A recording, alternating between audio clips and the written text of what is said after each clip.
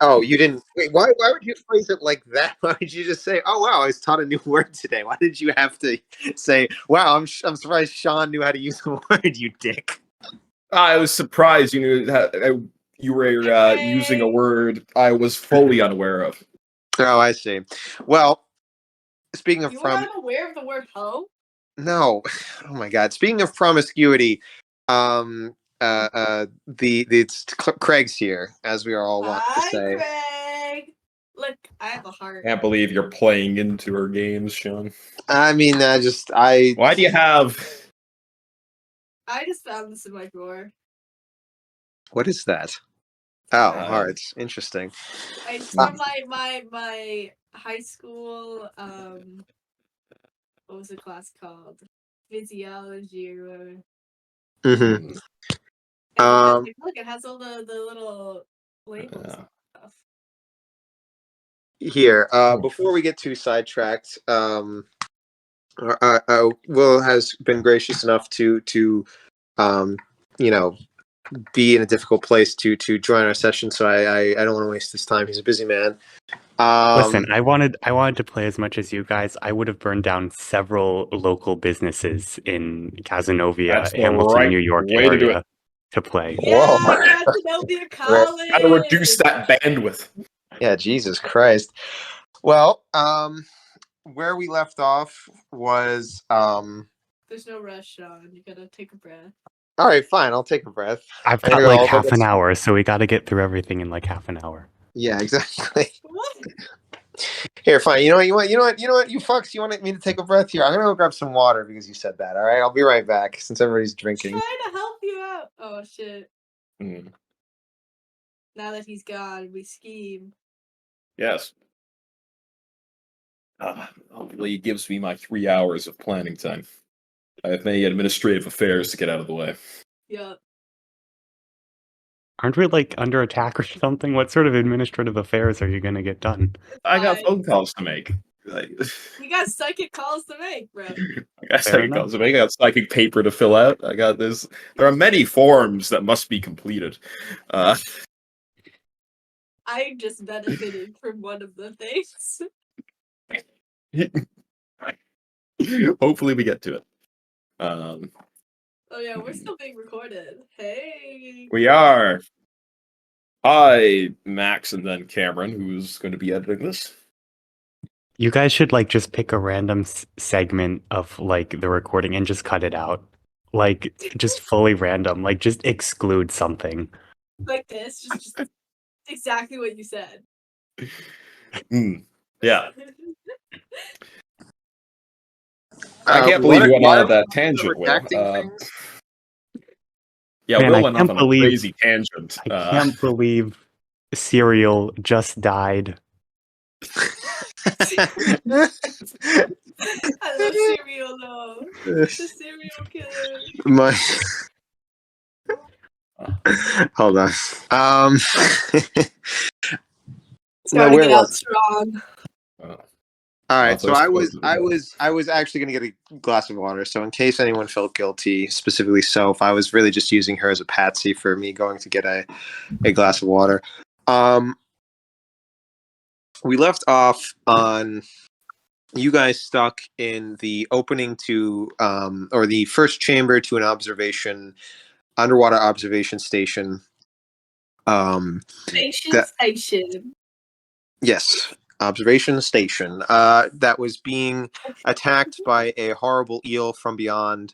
Alcarab had just transformed into a star dragon thing. I mean, not actually a star dragon, like a mini dragon that's made out of stars. Because I think star dragon is actually a D&D. It's up to you. They're supplemental material. Okay. I was just me, but glowy. That's all I was. Yes, exactly. I think letting you transform into a star dragon will make the circle of stars already a bit more powerful than it already is. Then we have, if I remember correctly, Zin was trying to jump over. They barely did. Captain Grima was on the other side still. Atham had carried 2 people across using a potion of giant strength. I'm at the lift. I'm sorry, what? I'm at the lift, aren't I? Well, you're kind of I like believe jumped all the way across, right? So, well, that's how it is that you jumped all the way across, you're at the door, and then the door leads into another room that has the lift in it. Right. So there's that, and then Alcarab's in the middle, still trying to carry the person, and Zin, you also were carrying Captain Grima's soul key orb that is glowing with all of his dead crewmates. And just then, a giant eel had chomped through the hole, let in a bunch of water. The water level was rapidly rising, and everybody was about to be submerged within a short amount of time as when we stopped. So with that in mind, also as a side note, Atham was able to discover that, and I believe he mentioned to the others, that the only way to permanently banish this monstrosity was to close its main eye, and then close its main eye, and then kill it with star or moon magic permanently. So, I think we got a moon magic man with us. That's convenient. Man, where the hell would we find star or moon magic? I don't know, man. I don't know, man. I don't know. Oh, kind of quirky. Anyway, so we're gonna go back in where Alcarab, you're flying over this gap with this person. They're really heavy. They're not used to using this form a little bit. Or you haven't used it in a while. Maybe you're a little rusty. You're struggling with it. Zin, you just got this huge mantle full of souls that you can hear them whispering to you through the void. Captain Grima is looking over at you, like pleadingly to help save his crew. Atham, you're currently carrying two people under your arm. One of them is able to sort of stagger about, right? It's the scientist lady who is more or less conscious than the others, right? Yeah, she had already gotten across, though. I believe somebody had brought her over and then had come back. Yeah. So there are four scientists in total. There's one, the elf lady, who is conscious and like able to move. The other three are gravely injured. And if I remember correctly, three of them are cross, and Alcarab is the fourth. Yes, I believe that's where we were at. So the eel bursts in, chomps through the metal. You've got these wounded scientists to take care of. I guess everybody just roll initiative. We'll start out with the classics there. All right. Where the fuck is? Can't find my metal. Man, I forgot my dice. 24. That's all right. I mean, are you on your laptop or something? Yeah. Are you fine with like an online roller? Oh yeah. Online rollers work out worse for us, I find, in general. Online rollers hate players. I've found that too, but so yeah, we only ever really care if in terms of debating whose luck is the best and rolling out and training your dice. Yeah, I've trained my dice through torture sessions to make sure that they always roll what I want. I'm too nice to mine. My regular dice always roll very well. I just rolled a 16, so it's an 18 total. Not too bad. Okay. For initiative, I rolled a 15, so it's a 17 total. 17, 18, and what was yours, Cameron? 24. 24. Okay. One moment.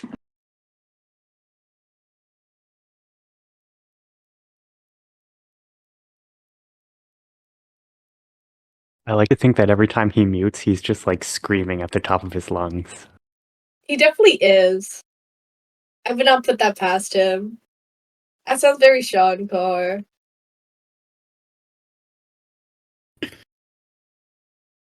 Wow, that's really dark. I heard that. I was going to grab my notebook across the room. Sorry. So Atham is going to go first. Cool. Followed by Alcarab. Then it is going to be their captain. And then it is going to be Zin, and the eel will go last. All right. So, Atham, you have these people on your shoulders. You have to get through the door to get to the lift. The water is pouring in. The eel is kind of biting through the hull while high pressurized water is bursting through as well between gaps that she's leaving. Is it going to get through this turn? In terms of when you say get through, yeah, I mean is it going to get through the wall in the next 6 seconds? Okay. Give you some plausible deniability. Yeah, probably. It's most likely that the thing is going to breach and start being able to move in these space. It's not going to move super well in the next 6 seconds because the water is not going to fill in probably for just a little bit longer, but it will be able to maybe bite or do other things while it is flailing around. I still have giant strength, right? I'm just going to toss the 2 onto the lift. That's going to require you to open the door and then also... Oh, the door's not open? Why did it close? It's automatic. I thought the power was out. I don't know if I ever mentioned that. But... I thought it was dark. I thought the lights were off. Also, were there 2 giant strength potions? Because I remember taking one last session. I've had a few.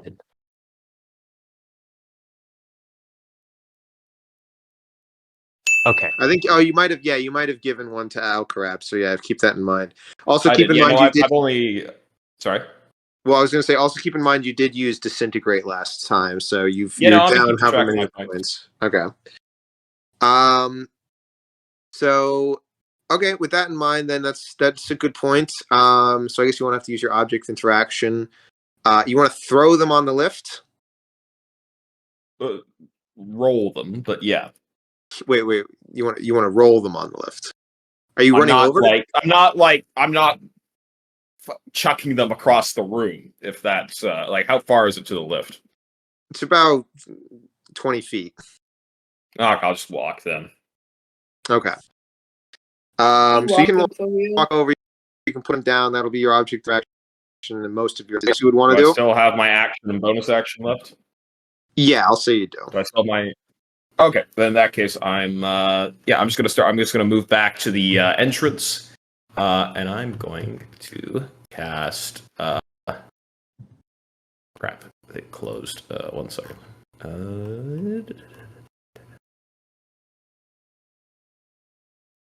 Little blades. I am going to cast Maiming Strike on myself twice with my bonus action, and then with my action. And as I'm doing this, I'm going to start thinking about as many things as I can at once. Golden Order plans, my knowledge of cosmology in the world, stuff like that, as I'm just going to start walking towards the entrance. I cast it twice. Astrology like that as well. Okay.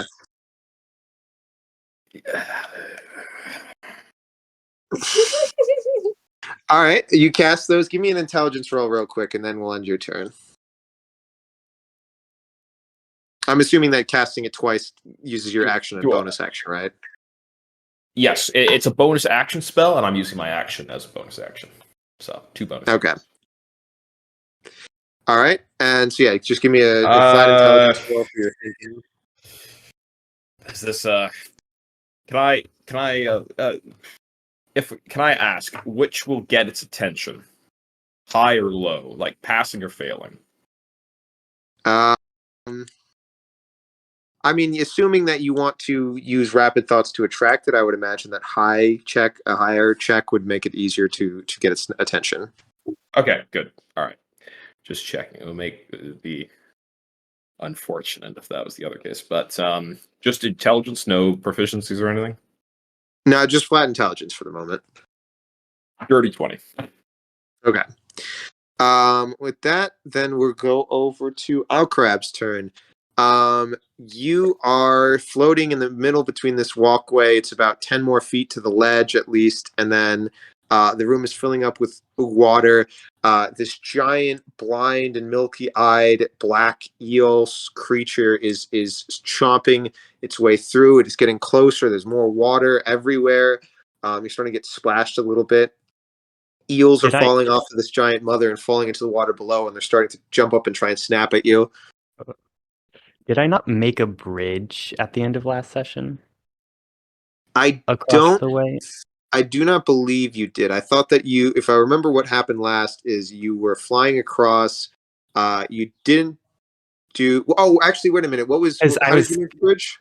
I was carrying the person, right? And then I was not strong enough, and so you had let me use wall of stone, but actually make it a horizontal wall instead of a vertical wall. That's true. How do you have the dimensions of the spell real quick, just so I can understand what's happening? Basically, you're right. You made the walkway. I'm just wondering if the eels are going to be able to fall into the water, or if they're going to just be splatting on the wall itself. So that is correct. The wall of stone, 6 inches thick, composed of 10-foot by 10-foot panels. 10 10-foot by 10-foot panels. Okay. Which must be continuous with at least one other panel. Oh, interesting. You can make like a little checkerboard almost, or like odd shape with it if you wanted. So if that's the case, then yeah, you basically make a long, flat stone walkway across. You do use up the spell slot for that. That's still gone. And you're able to walk across with the person if you do that. The other eels, though, are going to. The water's rising. It's very close to the bridge now, and it will be submerged soon. So, how do you want to do this?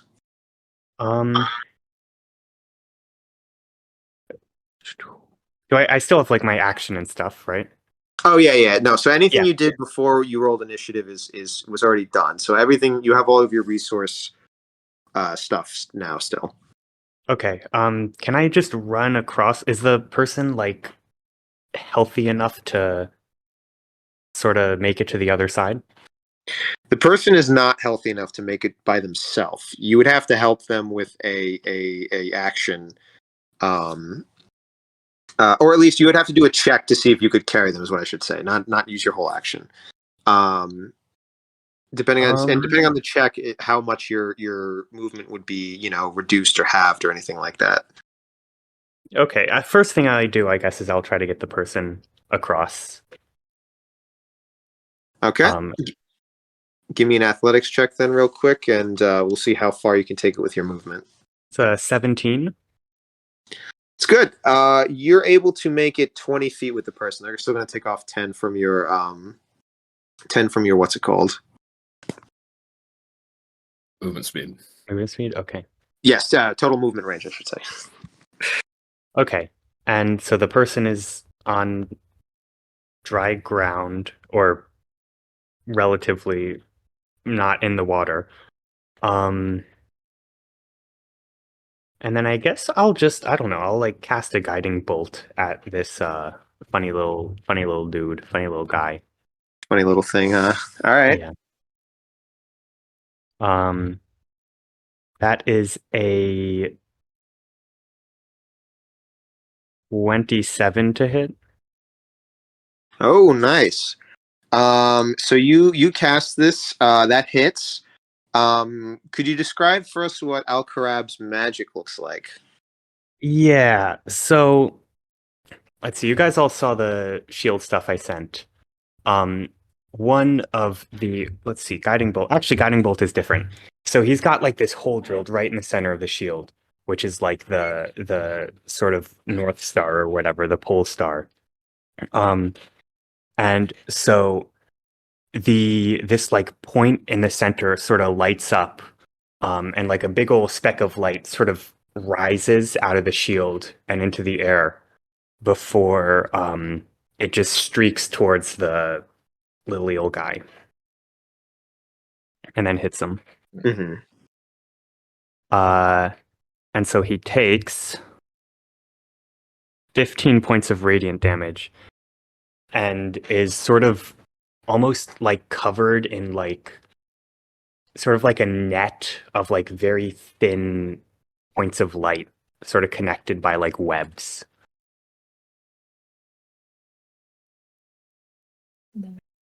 So the net of stars kind of covers it. A constellation upon constellation makes this web around it with I don't know. Usually when I think of like heavens or space or constellation magic, I usually think of it as like a deep blue kind of, or maybe with a little bit of purple here and there.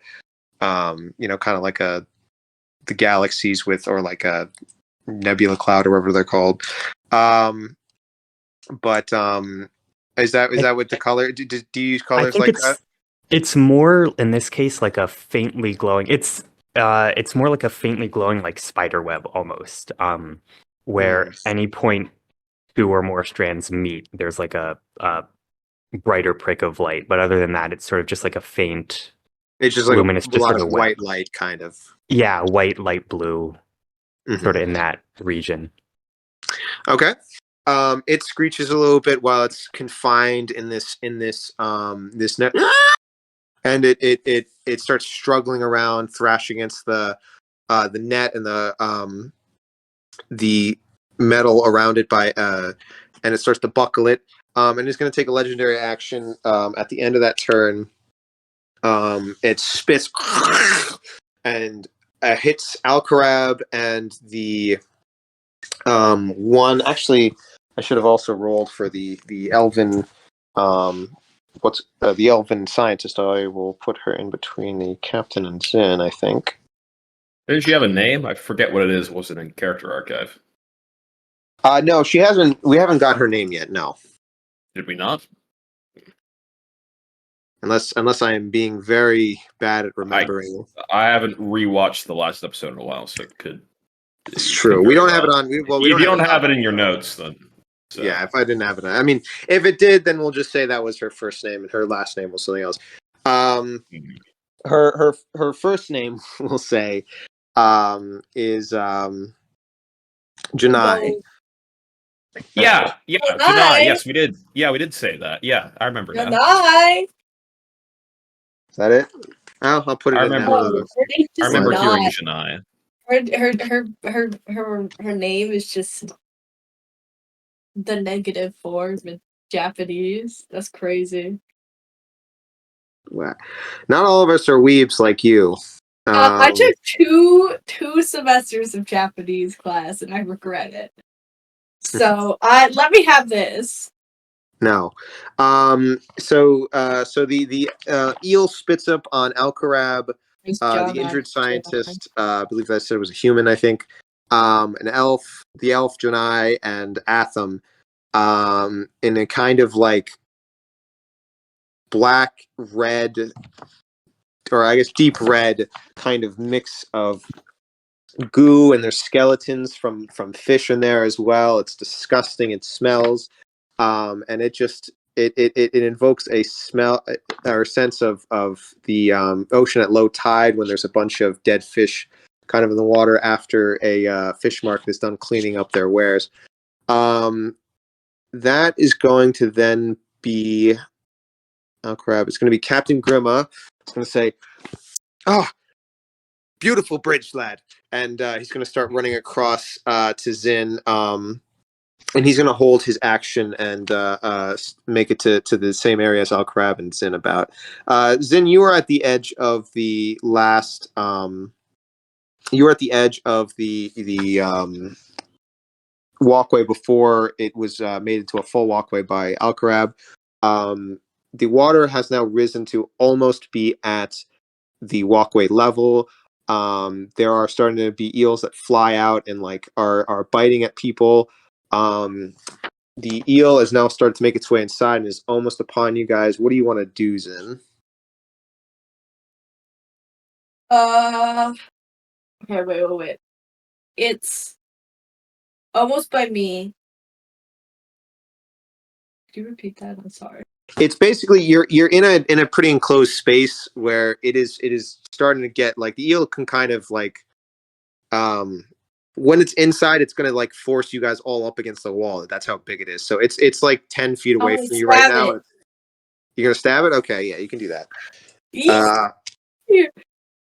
That's the thing I'm great at. If I hit. I mean, I guess I might as well. Like, is there anyone else that needs saving immediately? But I think they're fine. If I kill I've it got faster, half of them. I mean, Yeah, you it's guys fine. got half. Half are already at safety. One of them's healthy, and Alcarab's got the other guy who's not. Oh, it's fine. My whole thing is to damage them. Like, come on. Okay, I'm gonna hit this motherfucker. At least I'm gonna hit him at a range, so I can like kind of keep him back. Like back, I say.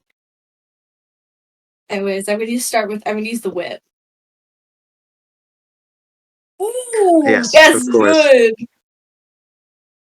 I rolled. I mean, what? I rolled an 18. That's like 20. If I could do my math, 25. 25, yeah. To hit. Yes, that hits. And then I'm starting with my funny chain. That's sixes. Oh, I'll just roll this.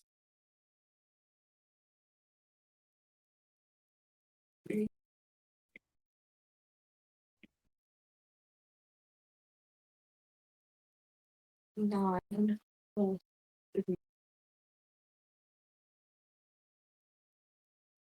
12. That's 12 radiant damage for the first hit. Then, since I can hit him boy. like more, I'm gonna hit him more. Hit him again. And that is so close. That's 26 to hit. Oh boy. Okay. That one doesn't hit. Strangely enough, the higher you go, yeah, you know. 6 plus 6. Nice. More 6. That's another 16 points of damage. And now I get to pull out my fun spiritual weapon. Because that's my bonus action. Oh boy. And that is a dirty 20 to hit. And that's a D8. Hey, And I then never we said can- that hits. It does, but I just never said it does. Well, I mean. Okay, and then you got Hey, lucky you don't there. know. It's only an extra 5 points of radiant damage. That could be the difference. It could be the difference in everything. I love how Yeah. Max joined but has deafened himself. Well, yeah, he's just I was gonna watching. say that. Yeah, that was a little weird to do that. Oh wait, he deafened. Oh. Yeah, he didn't mute himself. He deafened himself. He won't hear this until he goes to the editing. That's I don't understand what the point of that. Oh well, maybe he just wanted to feel like he was part of the gang. So yeah, in total, Sean, if you didn't add it, that's only 33 points of damage. Radiant. It was 33. Okay. In total. I believe so, unless I did the math wrong. You didn't smite? No, it didn't smite.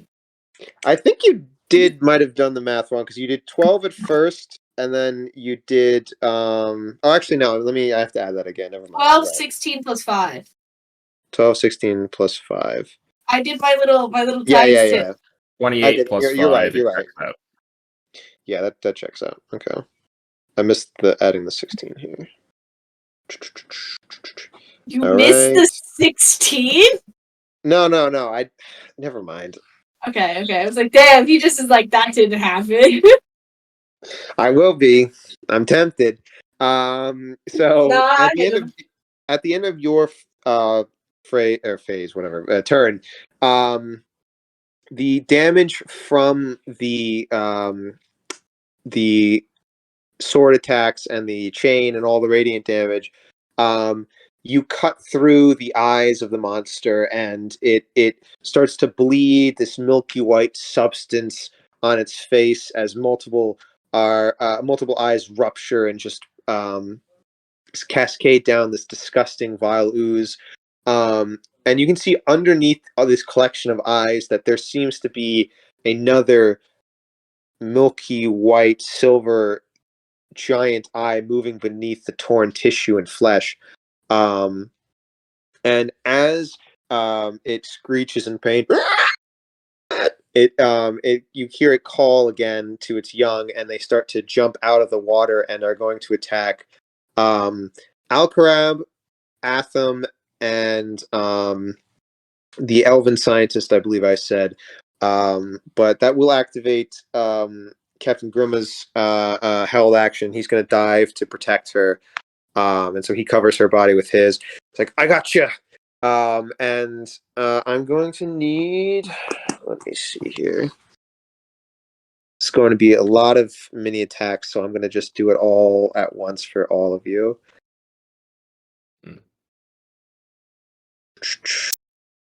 Okay, that is interesting. Here we go. I'll reaction give myself an armor class buff, so let me know what the.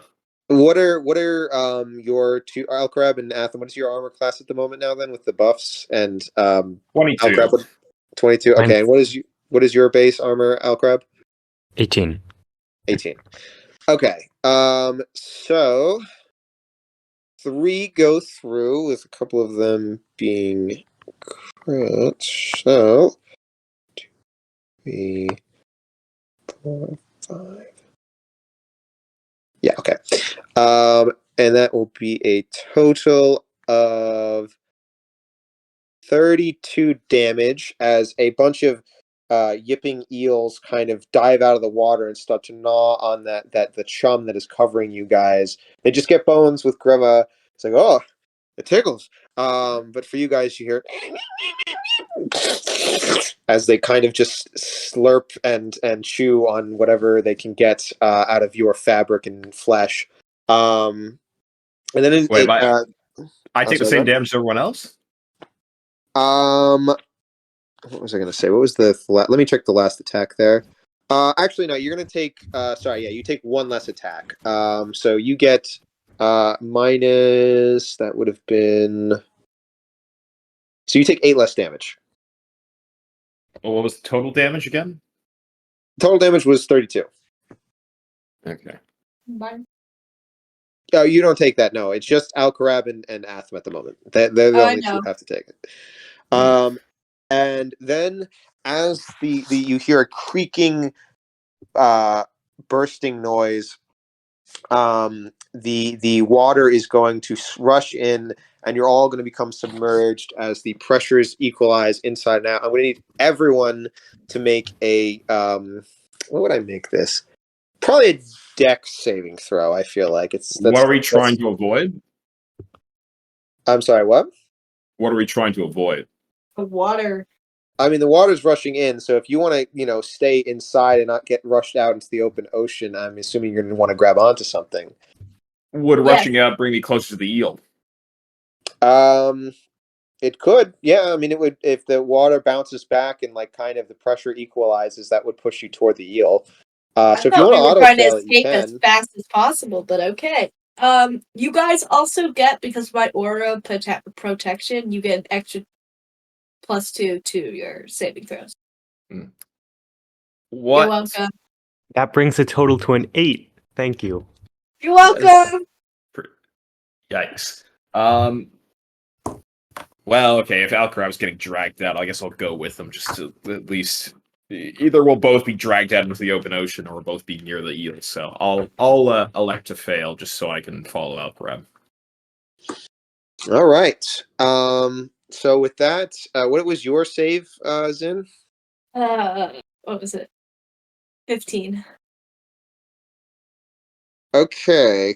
It's my turn, right? If the eel just went. Yeah. So, but first, you all kind of, pretty much everyone, except for the one human scientist, he actually did well. So he holds on. Human. I thought it was an elf. There's an elf and a human left. The two, there was I thought only the elf was conscious. All right, cool. The elf. Oh yeah. Oh, you're actually you're right. No, why did I roll a save for that guy? No, he gets dragged out with Alcarab. That's a good point. Thank you, Cameron. You're welcome. Uh, It's my turn now, right? it is your turn. Yes, you could. Well, hold on. Let me do the cinematic thing first here, buddy. Yeah, I was about to ask where am I? Yeah, thank you. So you get dragged out, you guys start flying toward the opening that the eel made. It is inside with you. You're gonna have to pass it on your way out. Basically, this turn is all happening while you guys are getting sped toward the underwater ocean, out through the hole made in the canopy of the observation room. So yeah, Atham, it is your turn. You are hurtling toward the eel and kind of past it, like, a little bit to the side, but you could reach out and hit it if you want. Yeah, I'm gonna try and reach out. Can I reach its eye? Yeah, you could reach its eye. All right. Then I am going to cast for the third time, Maiming Strike, and then with my bonus action, and then with my main action, I'm going to attack and use Strike the Soul, and I'm going to use my sword for auto hit. All right. You can you roll damage for me? Yes, this ignores resistance and immunity, if you remember. Thank you for that, Sean. Mm-hmm. Well, is it actually? I forgot if it ignores. That's what I have written down. Okay. And I copied it from you. Why are we getting dragged out? Wouldn't we get pushed in if the water's rushing in? So I think it's in. Unless the inside's like really pressurized. That is true. But the inside was what is happening is basically the water was like seeping in, so now it's low pressure compared to the outside. Yes, well, that's kind of the point. Is that basically in the last bit, it's like when you're in like the air bubble that is being shot out, if that makes sense. Like you are kind of getting pushed by the water, pushing in the back of you, if that makes sense. So has water stopped coming in then? The water hasn't. Well, like basically what happened was the eel rushed in. The water had been seeping in. It's a rebounding wave. Yes, I mean, I don't know. If that doesn't make sense, enough physically, it does. It could make sense in. Probably. That's what I imagine. Is it's a rebounding wave from the pressurization. It's a rebounding shock of the initial implosion. As a rebounding wave, it makes sense. I thought it was just like a depressurization thing. Yeah, I did explain it like that, but in my mind, it was more of like, it rushes in, pressurizes for a second, and then hits everything back out. Well, that's why we're here. So yeah, shut up. All right, so yes, you do strike it. Can you? What was your damage? 138. 138. Okay, so. Holy fucking shit! That's okay. It's not bad. So you strike it. It is hurt. Caster damage, baby. It is hurt. It gets hurt. I'm hitting its eye specifically. Yes, I'm like you are hitting its eye. like embedding my sword again up to the hilt into its eye, and I'm gonna hang on there actually as I do that. Also, secondary effects. Its speed is reduced by 10 times 3 because I cast Maiming Strike 3 times. It also cannot take reactions. Okay, so it is hurt. It is, it's the sword. The flaming sword finds its way into the eye. You hear it go. And I'm just like expanding energy into it. I'm trying to burn that eye out. Mm-hmm. Wait, I have a question. If we're underwater, how is it burning? It's psychic flame. Also, that's so true. I want to be clear about something real quick on the resistance thing. It overcomes resistance to like non-magical weapons because the whole thing is that you're not magical. So for the purposes of overcoming resistances and immunities to non-magical weapons, this weapon is the damage being reduced by a resistance? Because I can remove that as well if that is. It is not at the moment. No, I just wanted to make sure that was clear. Yeah, all right, that's fine. I have ways to get around it, but just okay, cool. What the fuck? Yeah, so it is still alive though. So you pump energy into it. Its eye is has I don't know. Are you trying to hold on? Is the important question. Are you Yeah, trying to I'm hold holding on? on. Yeah, I'm holding on. I'm gonna. There's gonna be another round of energy damage to this thing's eye. All right. It's struggling. You're holding on like your name is I Ishmael. have And this is giant the white strength. I'm whale. fine. Well, it's still tough. Actually, yeah. Give me a strength check, buddy. This is a giant Yeah, eel underwater that you're that's not fine. doing. I have 21 strength. All right. Oh, Well, look at that! I rolled a 20. you rolled a all right. Well, there you go. I guess it is I all right. Never rolled a mind. fruity to that. So I grip Oh. onto this thing. It needs to hold on to me. How the fuck are you so broken? This makes no sense. Mm-hmm. I spent 2 turns charging this thing. Oh, okay. You spent one. I could have done 60 damage in over 2 turns, or I could have done 100 and whatever over 1 turn. Well, it was 138 if I remember correctly. So Yeah, I rolled nicely. It was great.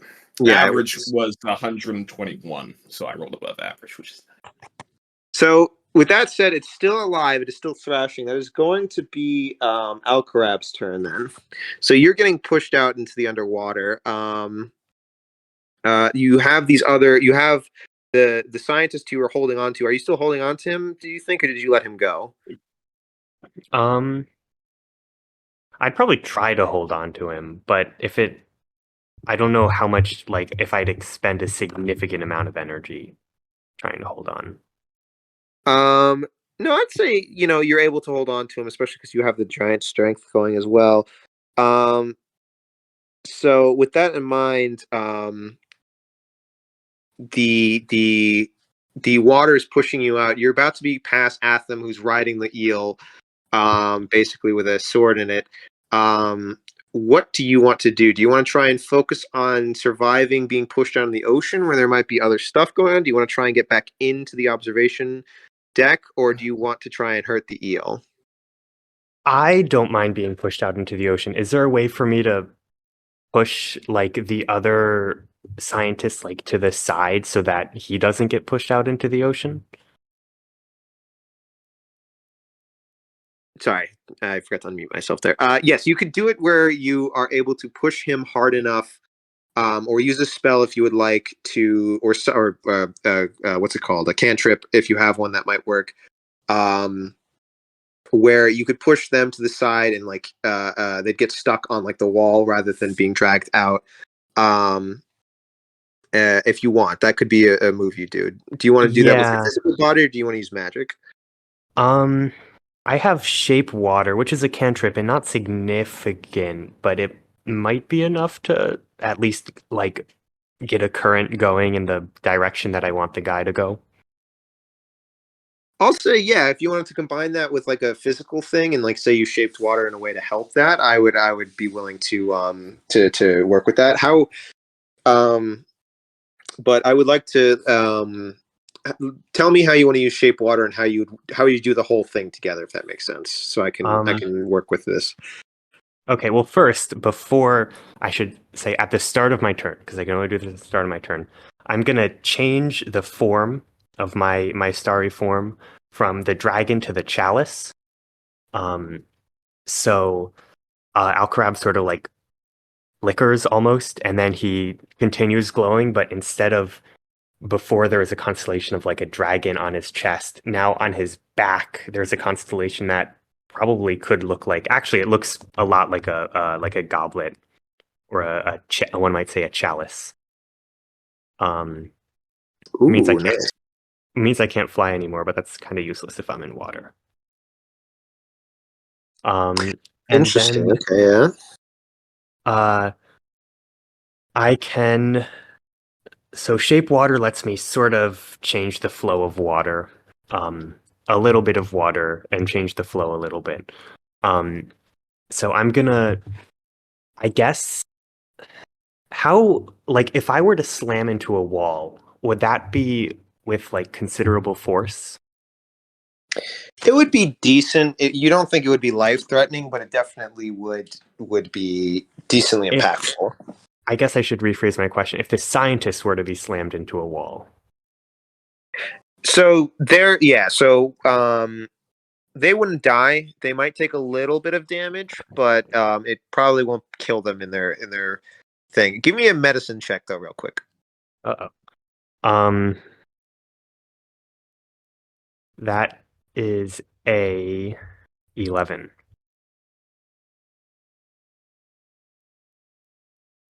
Okay, so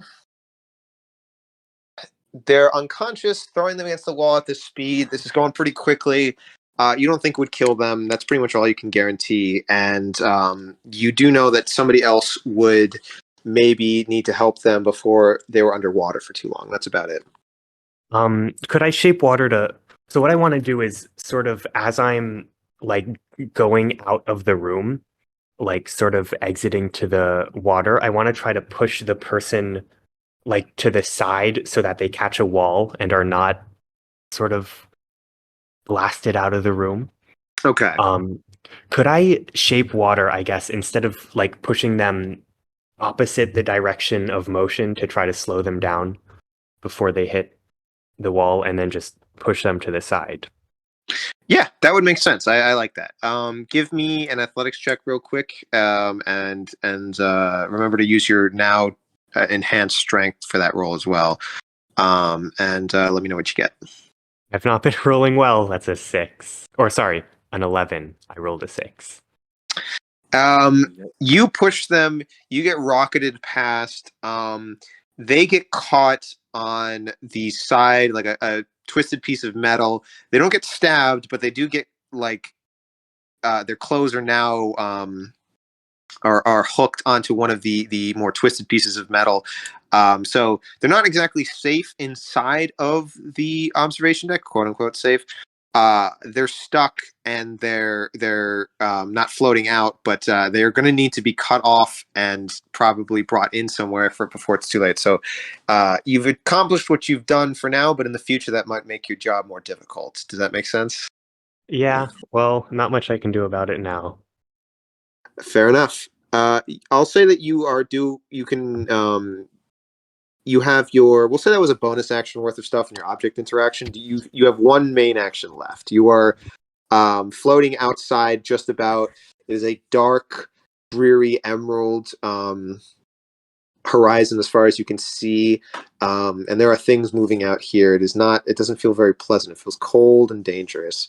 What do you want to do with that? You can try and make your way back in, or you can try and make your way up. It's not too far down. You could probably make your way up before you run out of breath if you wanted to. Well, I don't want to just abandon everyone. How far away am I from the place? Let me give that a quick roll. Roll a Reno. All right, you're about 15 feet away from like the edge of the dome. Okay, I'll Misty step back in. Okay. You Misty step back in, right in front of Atham, tangling with the beast as it is thrashing around, trying to wrench itself off. Wait, actually, sorry, I can't Misty step because that is a bonus action, and I have already used my bonus action. I mean, Cameron already used his action as a bonus action for now, so I'll let you do it too. Yeah, bonus action is meant to be supplementary to a main action, so anything that can be done with a bonus action can also be done with an action. That is, I don't think, the case. Sure. You can pick up a shield with a bonus action, an action. But no, it's an action to don and doff a shield. Don and doff a shield is an action. Are you sure about that? Yes, I'm very sure. I've looked at, unless they've changed the player's handbook in the past couple of months. What I was going to say is that I was going to talk about it later, but I am pretty sure that Will is right on this one, and that rules is written. It's bonus actions are specifically changed so that normally the action that you can take with a bonus action is less important, but at the same time, some things are balanced by only being bonus actions. In like earlier editions and Pathfinder, you could do that, but I think they removed it for 5th edition. It's for this fight. I'm not going to count it too much. I'll let it be for now, at least for this thing. But we can revisit it at another point. Thank you for reminding me, though. I was going to. I was trying to figure out why the math wasn't mathing for me earlier. So Alcarab will say that you can Misty Step back into the dome, and then it is going to be Zin's turn. Zin, you have been shot out too. I mean, do you want to do anything as you're passing? You have Grima's soul key in your hand, or Crew's soul key in your hand, the orb. Yeah. You see Alcarab throw. You see Alcarab throw the other human scientist guy and get hooked onto the side of the dome. Grima just took his turn and was grabbed Jenai, sorry, and was bringing them up, seems to be trying to make for the surface with her.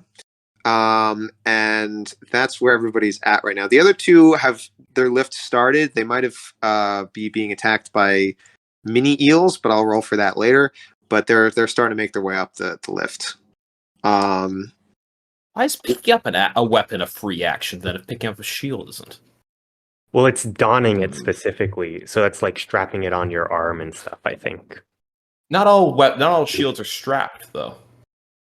That's true, but D&D also doesn't, or at least 5th edition doesn't make a distinction between like buckler and tower shield. So you could have either one and it'd be the same shield. Yeah. Any weapon is a free pickup. Anyway, sorry. Continue, Sean. Yeah, well, it's Zin. What would you like to do? Okay. So if I'm being pushed out, can I use my chain to kind of at least grapple onto something, pull me back towards the thing, or at least I could probably use it. I do want to use it on the stupid fucking eel, but if I'm able to like use one round with it, like if I'm able to grab onto something with it and then pull myself and then use a weapon attack. You could hook onto the eel and pull yourself back. It's just going to require a strength or athletics check to see how far you pull yourself. Oh yeah, that's easy. So roll an attack to see if you hook them, and then we'll do the athletics after the attack is done. Okay. Okay.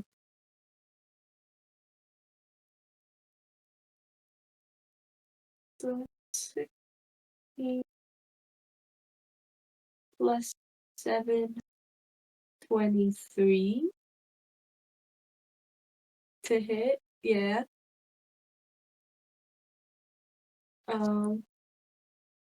He's muted. And then a 23 to hit, and then I have to do an athletics check. Yes. So you hit, and you can roll damage now or after the athletics check, whichever one you prefer. Let me roll some damage. Yeah, roll your damage first.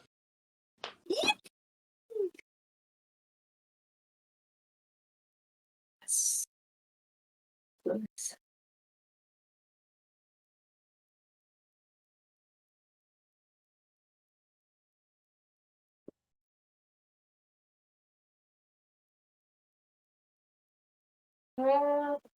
Cool.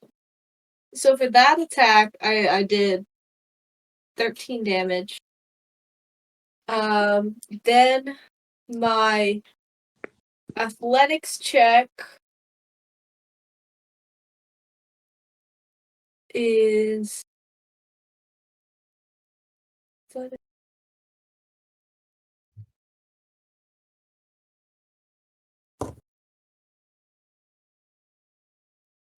14.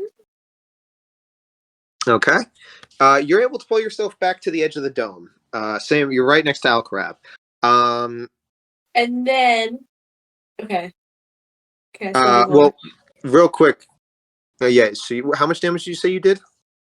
For the first attack, I did 13, but I also want to hit it with my other 2 attacks.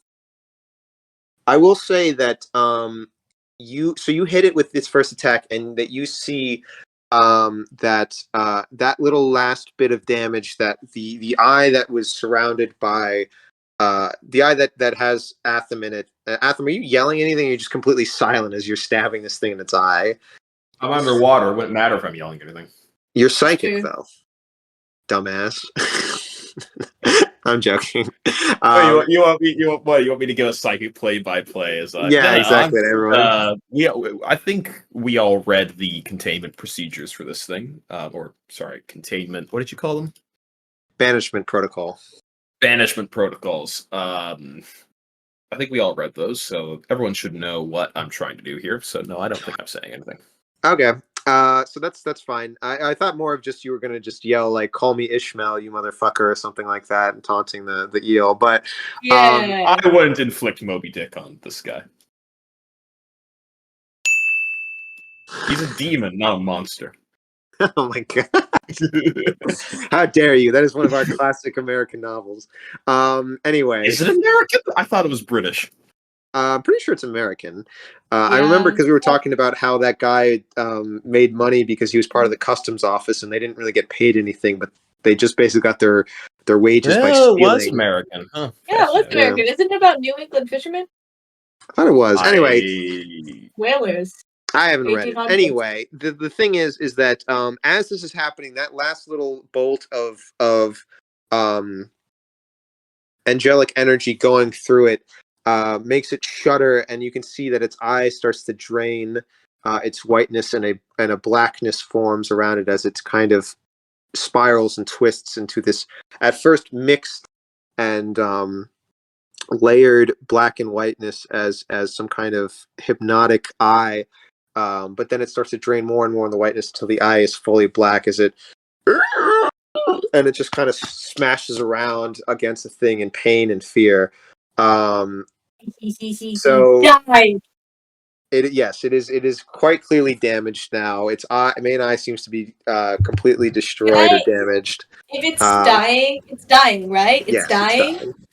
Okay. Can I still have my spiritual but I can use my spiritual weapon. Yes. Where's the guy that smite with it? That's true, but also is it almost dead? It's We're dying. not fighting anything else today. Kill it. Yeah, I mean it's almost dead. Oh, then I'm gonna smite it. You can smite it. I'm gonna smite it, and I can smite it because I still have a weapon attack, and then I still have a spiritual weapon. That is that's over 20 to hit, so I don't even bother doing math. Okay. I would like you to make a perception check real quick. Oh no. After you roll your smite damage. Oh, after I roll my smite damage. Okay.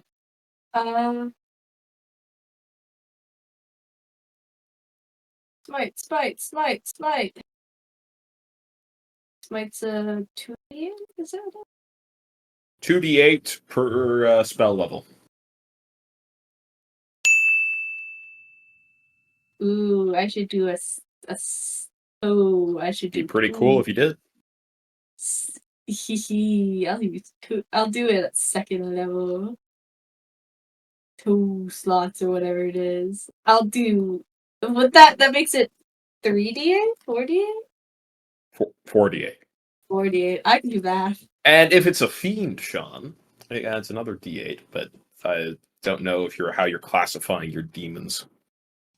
You can add on another couple if you'd like. Another couple d8s? Yeah, couple.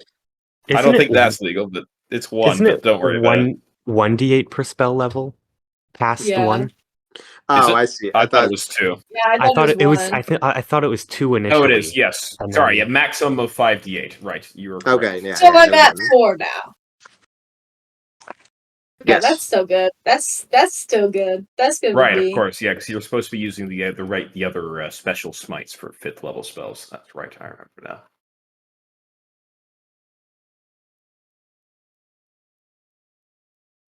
Yeah, you can only use up to a maximum of a 4th level slot on a smite. What? And that. Wait, I can just do it like this. 1 second.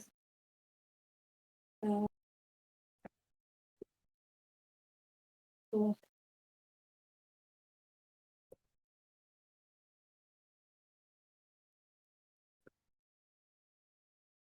One, two, three.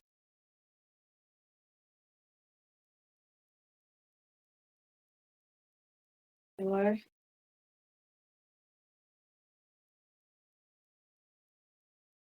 Dang, that's not that good. I smited it with my glaive, by the way, because I was grappling with the one. I might as well just stab with the glaive, which did less damage, but that was like 26 damage, radiant. 26 radiant damage. You feel it pulse through the beast, but it still continues to thrash, even in its Okay, weakened I state. have spiritual weapon. Don't worry, guys. Wait. Roll your perception check. I mean, can I only be think you're killed gonna. by starlight I or think you're gonna moonlight need anyway. to moon him. Oh, To, I gotta moon okay. him. Well, I rolled. I think we're taking the stance of the sun doesn't count as a star in this world, so. Well, I rolled. Let's see. Perception. Oh yeah, 14.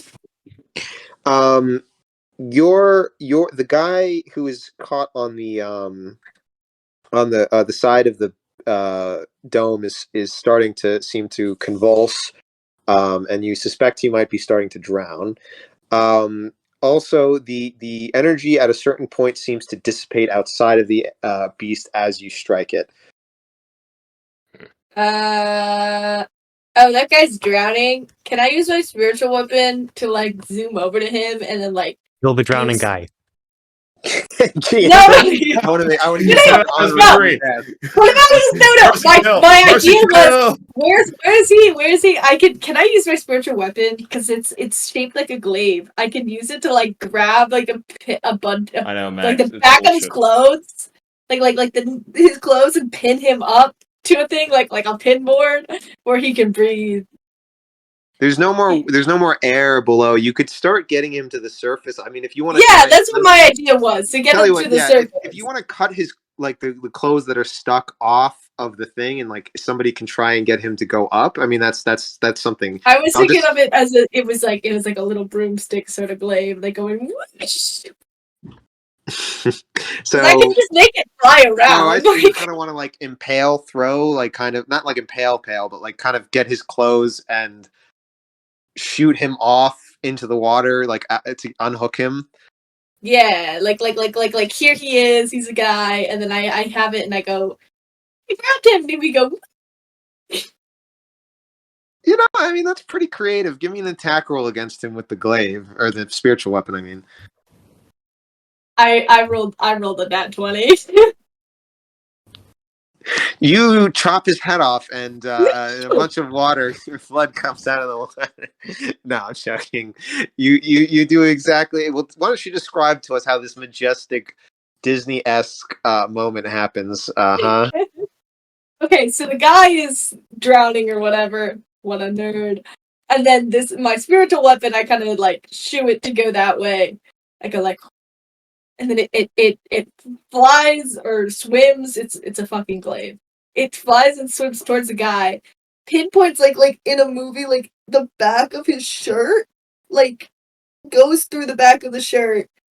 Doesn't hurt him, doesn't scratch him, and then like using him attached there, like basically shoots him up towards the surface area so he can eventually get to breathing. But he's being held on by his shirt, like the back of his shirt being impaled by the glaive. Reminds me of one of those movies with like Mickey Mouse or I think Sword in the Stone, where like, you know, furniture and stuff would come to life, but in this case it's a fucking glaive. That's a spirit that's just being the nice guy here. Okay, so how I think a glaive can move as much as a person, right? In the area, can move like by 30 feet every turn, I'm pretty sure. Yeah, something like that. So that's pretty crazy. So at the end of your turn, that's going to be the last thing that you No, do. range area is 60 feet. Oh, actually, that's a lot better. Holy shit. Yeah, that guy's. If you move the full 60 feet with that thing, he's almost to the surface. He's like 30 feet away from the top there. That's what I'm doing. I'm fucking awesome. All right, so I think at the end of your turn, the eel is going to use a lair action in the water, and basically, you three are going to. What was I going to say? It's going to be 3 attacks. Let's see here. Oh fuck. Okay. Atham and Zin, you guys have a bunch of tiny eels come out of the walls and launch onto you guys and start bringing you out about 20 feet away from the edge of the dome in the water. Wait. You kind of. I thought I was still hanging on. Well, unfortunately, they rolled really well, so they've pulled you off. Wait, I don't get to contest it? No, it's not. Not this time. It's an automatic lair action, man. It's just moving you around. It doesn't do any damage. So with that, you guys are now 20. You get to. Do you? If you try to hold on, if you want to contest something, you can see. I'm trying to hold on. All right. Well, give me a strength check to see if you hold on to your sword. 28. 20. Okay, you do. So you're brought out into the middle of the ocean, and I'm going to need. It's going to be a bunch of little eels in a feeding frenzy attack. I'll do my armor buff again. Your armor buff again. All right. Can I do an armor buff? Is that a reaction? No, I don't think you have a reaction. A shield spell. No, I've got an equivalent-esque. No, not you. Her. I do, but I also have Armor of Agathis, which is fun because then if it bites me, it gets frost. Well, right now you're not being you're not being attacked. It's just Alcarab and Atham. Oh, I thought it was me. I might have said you by accident, but it's just those two are the only ones who had the chum still on them. So, let's see here.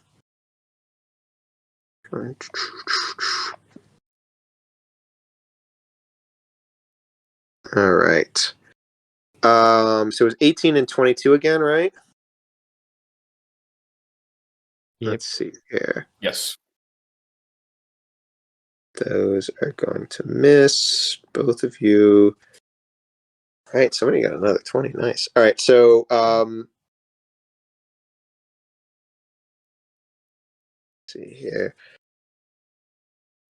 Those two will miss, and then this one's good. Okay, so 2, 3, Can't believe when Sean says no. Yeah. Yeah. He was so sad looking. He looked so sad. He looked miserable. So sad when he can't metagame. So that is going to be a total of. Let's see here. Cameron will take, or Atham will take a total of 26 damage. Alcarab, you're going to take a total of, the rest of them did not roll well on their damage, so it's only going to be about an extra 10 damage. So that's going to be 36 to you. How you looking on health? Not the best. Okay. Y'all are gonna lose your mooner soon if you're not. You're I don't like I'm put that in front of like That's an interesting term. I don't know if I want to see how Alcarab casts moon magic. That kind of concerns me a little bit. Why don't you explain what you're thinking? Because I don't think I can picture it. No, and I'll paint a picture later for you, Cameron. Don't worry.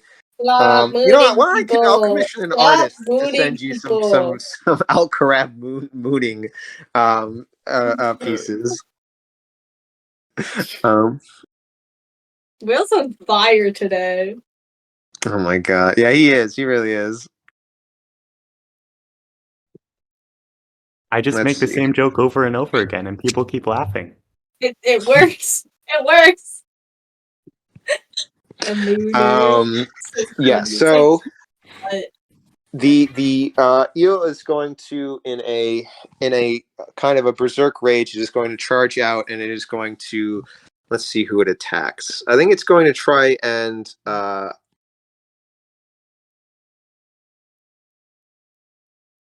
okay, it's not, real quick as a side note. No, the sun magic is distinct from moon and celestial magic in this instance. Also, we've made it pretty clear that psychic powers are different from actual magic. So there is a difference there. What do you consider star magic? What is the name? What is the name? What is the name of your druidic subclass? Okay, just any magic I do is star magic? Yes. Hell yeah. Let's see here. Okay, yeah, I need to make the swallow rolls. Let's see Well, here. I got dragged away. You did get dragged away by the mini ones. This is the thing has come out now in a berserk rage and is going after you two, Zin and Atham specifically. So man, I am rolling a lot of crits this evening. Let's see here. That one automatically fails. Those two succeed. So Zin and Atham, it is going to be.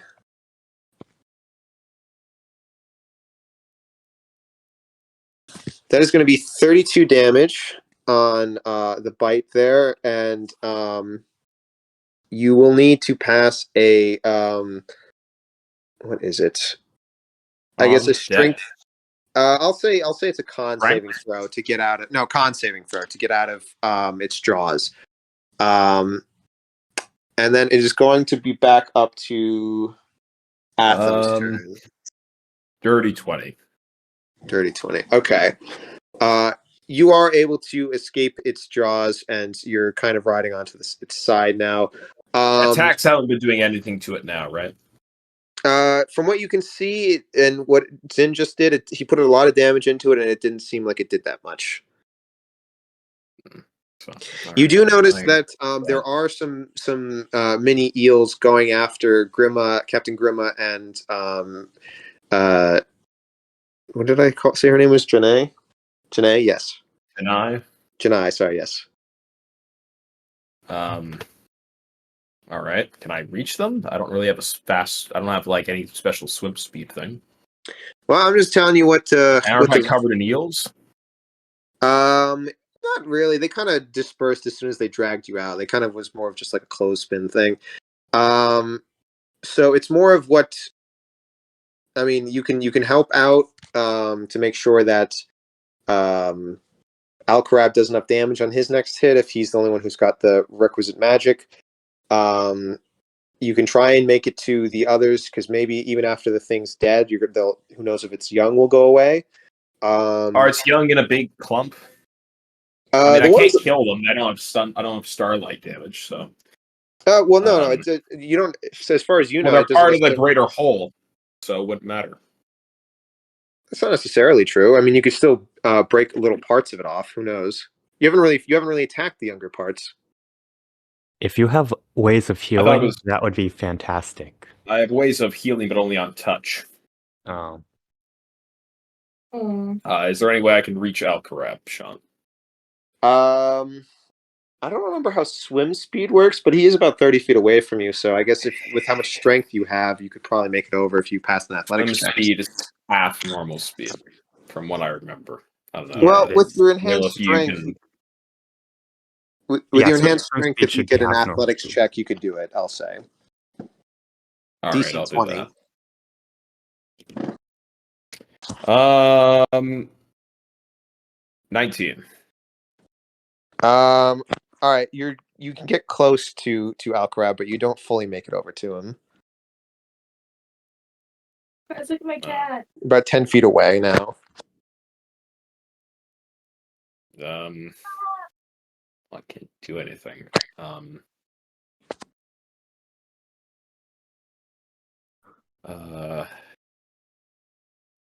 You can hold an action later if you wanted to try to do that instead and wait for an opportunity to present itself.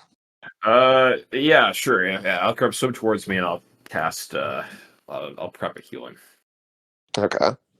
Sounds That speaking of, that's going to be Alcarab's turn then. If you're going to pat or you're going to hold your action. Alcarab, yeah. So you got Captain Grima and the elf scientist, Janae, who's going up. The ethereal weapon is bringing its I don't even know what to call that situation. I guess it's saving that man. It's there a rapid saving that man. There goes my hero. And the eel is looking very damaged. Its eyes looking destroyed. But it is still holding on to Zin with its teeth. I'll take a few steps towards Atham. Close the distance. Oh yeah. Heal 7d6 when you do. 76. I assume that's 7 die 6 as opposed to the number 76. Yeah, 7d6. I'm pretty sure is what he is saying. Yeah. That's 22. All right, add that to your health. And then I'm going to, I suppose, cast Moonbeam at, let's say, 4th level. Ooh. Which is 2 levels above the normal spell slot. So it would be, yeah. So on the shield, what is it? Evocation. So one of the constellations around the center of the shield, like lights up very brightly again in sort of like this almost fire type beat. And a big old ray of moonlight hits the creature. Now it technically doesn't take damage until it starts its turn, but it's there engulfing the creature. So Okay. Let me see who is the next. Is that all you would like to do for your turn? I mean, that's plenty, by the way. Don't take that as me saying like, "Oh, you're forgetting something." Just want to make sure. I don't want to just fast forward too much. Are all the other people like sort of getting out all right? So the other two were thrown onto the lift by Atham. Janae is with Captain Grima, who is helping her get up to the surface. He seems to be doing a decent job. Zin, there's something important when we get to Zin, but for the moment, everybody seems to be fine. Zin is saving the guy with his spiritual weapon so far, the human scientist. All right, yeah, that's my turn. I'm still in. Yeah, if I had changed my starry form, I could have done something else, but that's all right. That's my turn. Okay, yeah. By the way, it's kind of weird. It's probably weird for everyone that there's just this chalice running around in the form of a person. Sorry, the other way around. This person in the form of a chalice. Well, no, he still looks like a person. Like he still looks like a stick figure human being. Like he's got just like your all body's of his a chalice. Yeah, well, all of his joints have like stars in them, and then they're connected by light. So like he's like a little guy. It's just like he's got like on his back, just like he's It's not like invisible. He's not invisible. He's still visible. He's just ever so slightly like translucent. And then sort of glowing almost through like his back is like the chalice. That's Okay, I cool. see how it is. Yeah. Yeah. It's like those guys in those like suits when they have like they do like the guy who plays Gollum and whatnot. It's like one of those suits, but it like connects like Yeah. like Or yeah, like, like stars. you know like those things where people put like the bright like neon lights or like glow sticks or whatever on like their arms and legs, and they run around and dance Yeah, around in the dark. Yeah, it's sort of like that. But it's much realistic, cooler. man. You can get cooler than that? That's insane. That's impossible. No way. No I'm sorry, but that's way. not canon. I'm going to call it right now. Oh. You can't get. This is railroading. This is removal of player choice. I'm sorry. It's not a democracy anymore. It's a dictatorship. Fair enough. Oh God, what have I become? So then the captain and Janai are going to be going up a little bit more. Zin, you are holding a lot of souls in your hand. I've been kind of lenient on that, given that you've been bouncing around a lot. But you're holding Captain Gruma's whole crew in your hand there, and now you're on the side of, or well, you're being chewed on a little bit by this giant eel no. beast. Oh yeah, wait. How much damage did it do to me? I don't think I was there for that. You were. Oh yeah, you were. Right, I forgot to mention that. It took about 32 damage points, I think. Wow, Yeah, 32. that's mean. Okay. Yeah, wait. I didn't even know that. Okay. Cool. So I have these souls and it's gnawing on me, bro. Yeah, so I need you to make a pretty important sleight of hand check or whatever else you would think would be good for holding on to that orb. Yeah, I could do sleight of hand for that. Or I could do like Don't fail. strength if I'm holding on to it really, really, really good. Can I do strength? I mean, if you could make a case for athletics, maybe I'd do that, but at the moment it still sounds I'm like sleight of really hand. strongly holding on to it with my athletic. If you give up the chance to attack anything in the next turn by putting your glaive away and holding on with both arms, I will let you roll with athletics instead of sleight of hand. Oh, but then I'll die. Not necessarily. He did just cast Moonbeam. It's and it's close to death. So You the know main what? damage. I guess we will have a character moment. Yeah, I will grab it with both my arms. I mean, you don't have to. Hey, if you want to potentially let the demon eat a bunch of souls, that's No, Do it. no, Do demon it. can't. Do it. Do it. Do it. No, That would be funny. no, Do it. I'm That would be grabbing funny. onto it, and I want to try to at least like kick back from it, holding onto the soul stone. All right. Give me an athletics check, and we'll see how well you hold on to it and kick back. We'll say. What did I get? I have that. It's a funny item that got.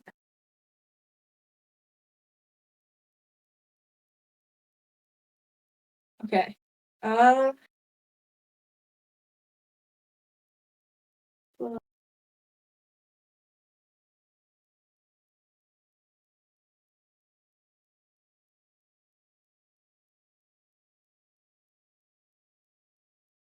I'm going to. So I got a 19, but at the same time, depending on if that does much or not, I can use my channel divinity. Oh no, wait, that's only for attack rolls. Fuck. No, I'm attacking it by kicking it back, so technically. Plus 10.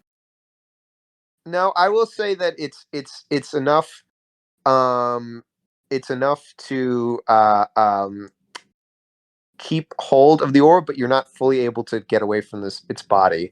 No, wait, then I want to use the plus 10 so I can have a 29 instead. Where do you get the plus 10 from?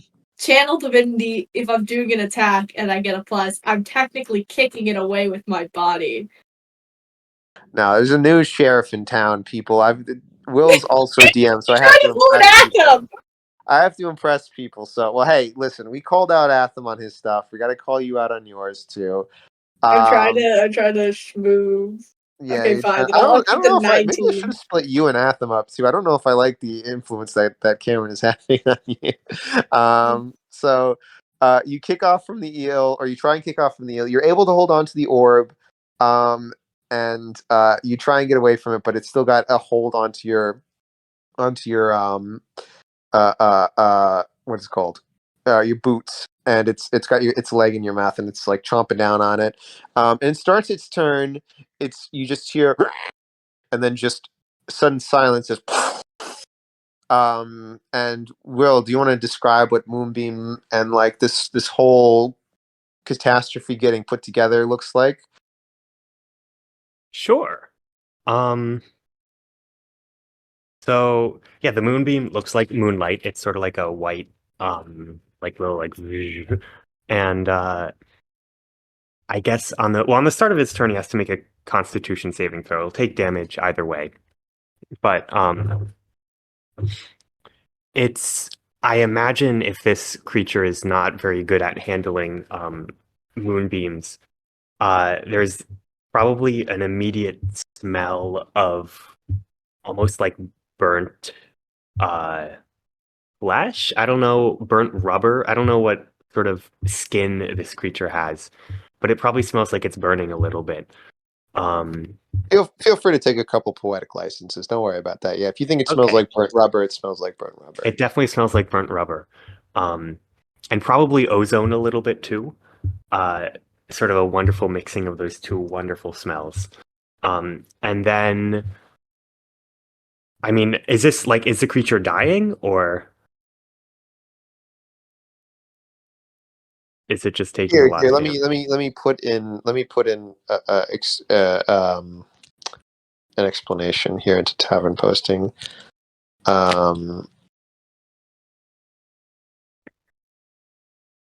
This is what's happening to the eel right now. Okay. Nice. So, It Yeah. exploded. feel free. Yeah, it's going away. So feel free to Okay. Yeah, so it's I mean almost probably pretty similar to that sort of Sane's explosions perhaps. Its flesh is getting burnt. Uh it smells bad. It's and you sort of watch as like there's this like glowing like if you like hold like a leaf or something and sort of hold a lighter to it, you know how there's like sort of a ring of like embers that sort of spreads outwards from where you like burn the leaf. Yeah, the kind of Um, burning a paper effect kind of thing. yeah, it's like that, except there's a ring of like, I guess, burning moonlight almost that slowly spreads out across it.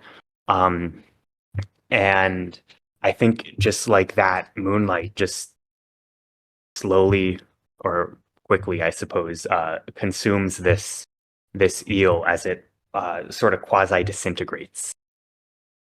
Look at my cat.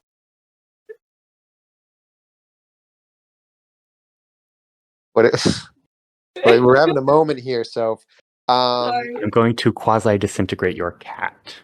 He's a good roll boy. damage for that, please. No.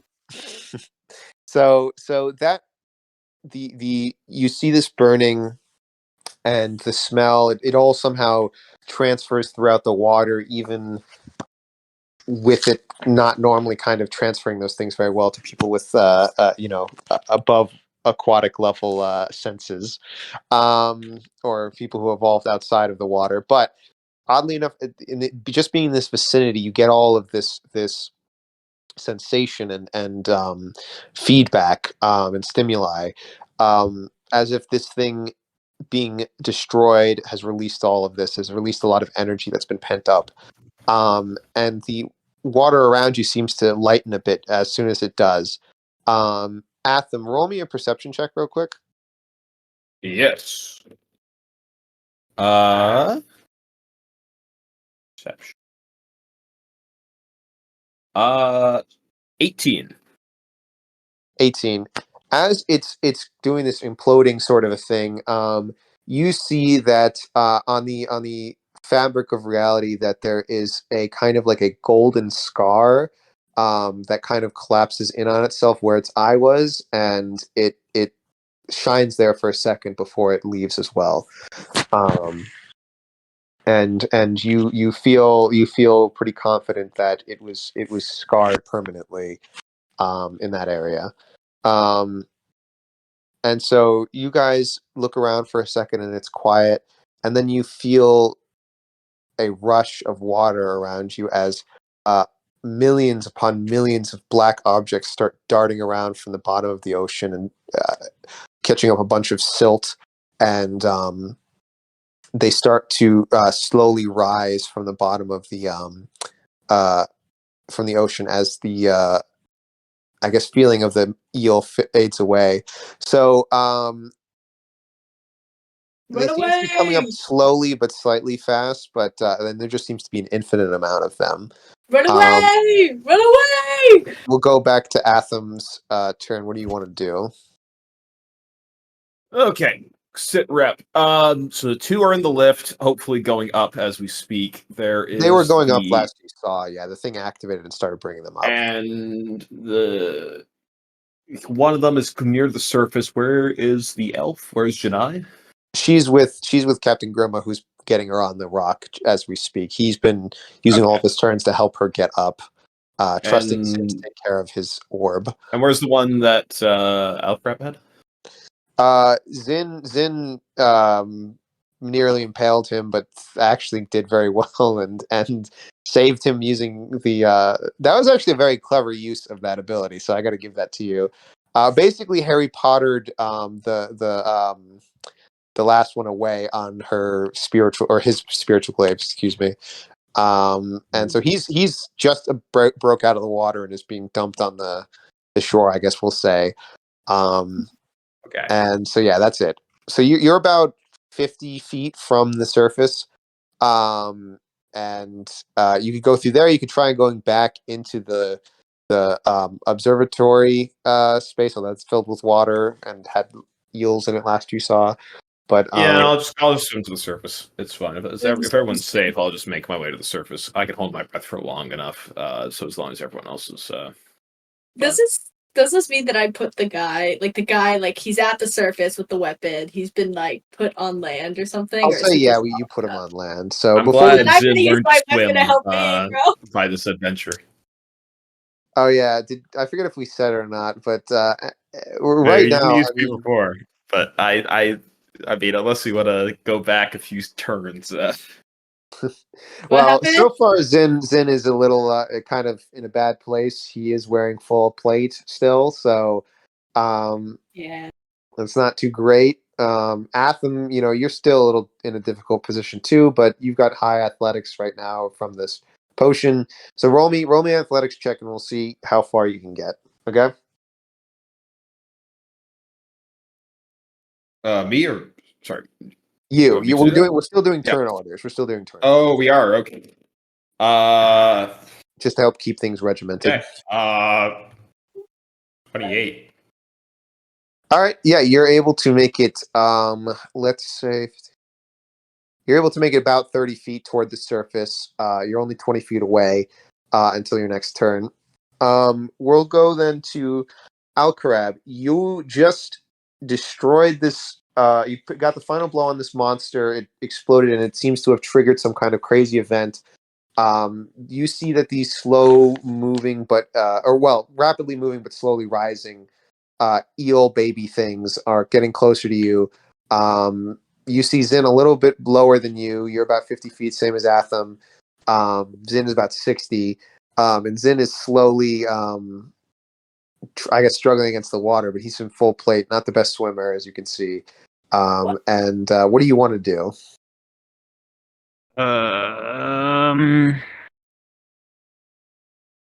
That's a great question. I'd love to help Zin. However, I don't know if there's anything really I can do. Hold on. How far away is Zin? From you, like 10 or 15 feet, we'll say. He's like 10 below you directly, but he's a little bit farther away from you in terms of lateral. All right. I'm gonna swim down to Zin. And then I am going to Hold on, I'm looking up the specific rules for this spell. Then, are you a willing creature? Depends on what you're Uh, willing to do. Uh, if You if you can, hey, wanna, if you want to deny the help, I'll be perfectly willing to No, cancel out his spell. If you want to say no, I do no, not. I'm willing. I'm willing. I believe. I don't think I I'm can gonna. jump from the bottom of the ocean to the top like I did for the river. Yeah, Uh, that's true. what's But your level? Zin? my level 10. Yeah. 11. We're level 11. Sean? Yes, we are level 11. I thought we had gone over this, but No one went over this thing. I'm I level mentioned 10. it a couple times. I guess we didn't kind of finalize it. I probably said one week, yes, we are level 11. We're not gonna have any combat, so don't worry about leveling up this week. But then I guess it never got finalized. So just Oh, I guess I'm level 11 then. yes, you're I'm level gonna. 11. It doesn't make that much a difference. I'm gonna polymorph Zin into a big old shark. Oh, okay, that works. Zen Shark! Yo! Yo! I'm gonna be very confused. Maybe, He's but gonna be very confused, but he's gonna swim. He's gonna swim. he go and swim. Okay. He gonna swim. He's gonna go. Hold on. Before you swim, Alcarab. Okay, so you transform Zin into a shark. You were still a chalice. What are you going to what are you gonna do after that? Is there anything else you want to do? Are you gonna you should use your movement at the bare minimum to try and get toward the surface, I would assume. yeah, I'm gonna start swimming back up, and then I'm gonna swim up as far as I can, and then I'm gonna Misty Step up then 30 feet in addition to whatever I swim. Okay, give me a athletics check with your movement to see how far you get. That is a 13. All right. You do not get as far as Atham. You get about 15 feet using your basic movement, and then you are able to Misty Step a full 30 feet up, being just, what was that? It was, so you were full 50 feet under. Yeah, so you're about 5 feet below the surface still. So you made quite the ways up. Zin, it is going to be your turn. I have Awesome. to, let me just check what. Well, first of all, why don't you take us through what Zin? Yeah, I was gonna You ask. want to take Zin? What is Zin's mental state right now? So first of all, I wanted to ask our dear friend William. So how does Zen Shark work? Like when you turn me into a shark, is it like in your cool like starry form where it's like I got a shark drawn on me and I No, somehow you're a shark. or I full on You're a shark. You're a shark. I full cast a on a spell shark. polymorph. You are a shark. I use polymorph. Okay. Oof. Yeah. Okay. Ooh, expensive Fascinating. shit. Fascinating. I guess I turn into a shark? This is wild. I feel like Zen doesn't quite Polymorph's only notice. 4th level. I guess he doesn't quite notice until I guess he notices he has flippers and he kind of screams for a bit, but in a way that I don't know how sharks can scream. He just kind of goes, but like it's just his mouth is agape and then maybe some bubbles going up. He's like, I'm a fucking what? But then he has no time to think otherwise, and he just swims up. Well, I mean, yeah, you have a 40-foot swim speed. That's very impressive, actually. So yeah, you make it from 60 to 20 feet below the surface in one move. So you make it there very quickly.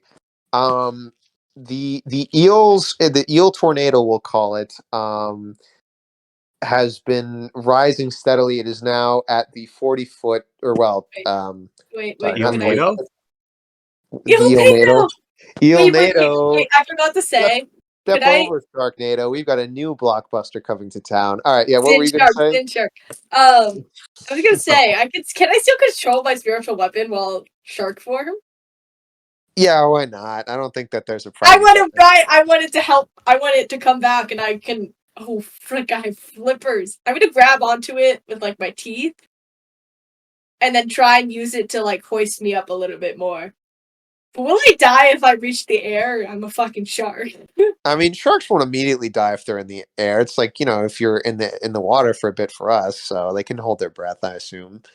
Actually, we've got a resident. No, we have a resident marine biologist here. Why don't you answer that question for us, Max?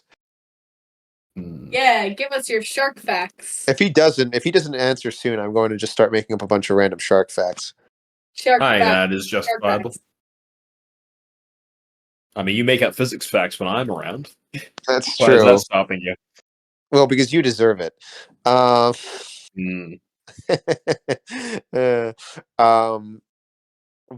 that is true. You should have seen it when I was around Larissa and the bird facts I would come up with. That would drive her crazy. So depending on species, it can be anywhere from a few minutes to an hour. Okay, what's the one that's an hour? Apparently, it's the one that is for the D&D. I think it's the hunter shark, if I'm aware, or if I'm reading this right. Or that's just a general monster that you. There's also a reef shark. I don't know if it's the same. No, wait, is this? I would have transformed Zin into whatever was the cooler one. So hunter shark. Okay. Or great white. How much can a great white do? How much can it breathe out of water? Are you Max. looking this up right now, Max? Ha! Fake biologist! Ha! Okay, How many so- cells do you have right now? I'm not a shark specialist as much as I'd like to be. Mhm. But reef sharks have the best chance of surviving in air because shallow, hot reefs have low oxygen content even when there's water and will often dry out. I've Huh. actually changed my mind. Zin's not a reef shark. Zin is a giant shark. Yeah, so I put in tavern posting a basking shark, which is really funny because it's the least threatening shark Zin could be.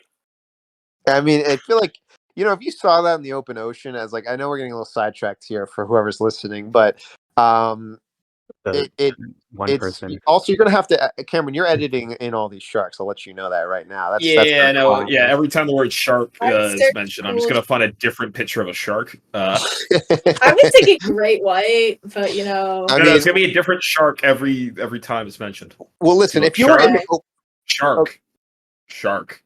If there's one yeah, This will be hilarious when it's. if there's like, one actually- elasmobranch that Zin reminds me of, it's the This is goblin Zin. shark. no! There's also a good chance I just forget and just copy This is over this. Zin. This is Zin getting You're out not of the going to water. forget. You're going to intentionally. Well, I mean, how can you forget when we're talking about? Oh God, that is terrifying. This Look is at Zin getting out the water. Oh, that is creepy.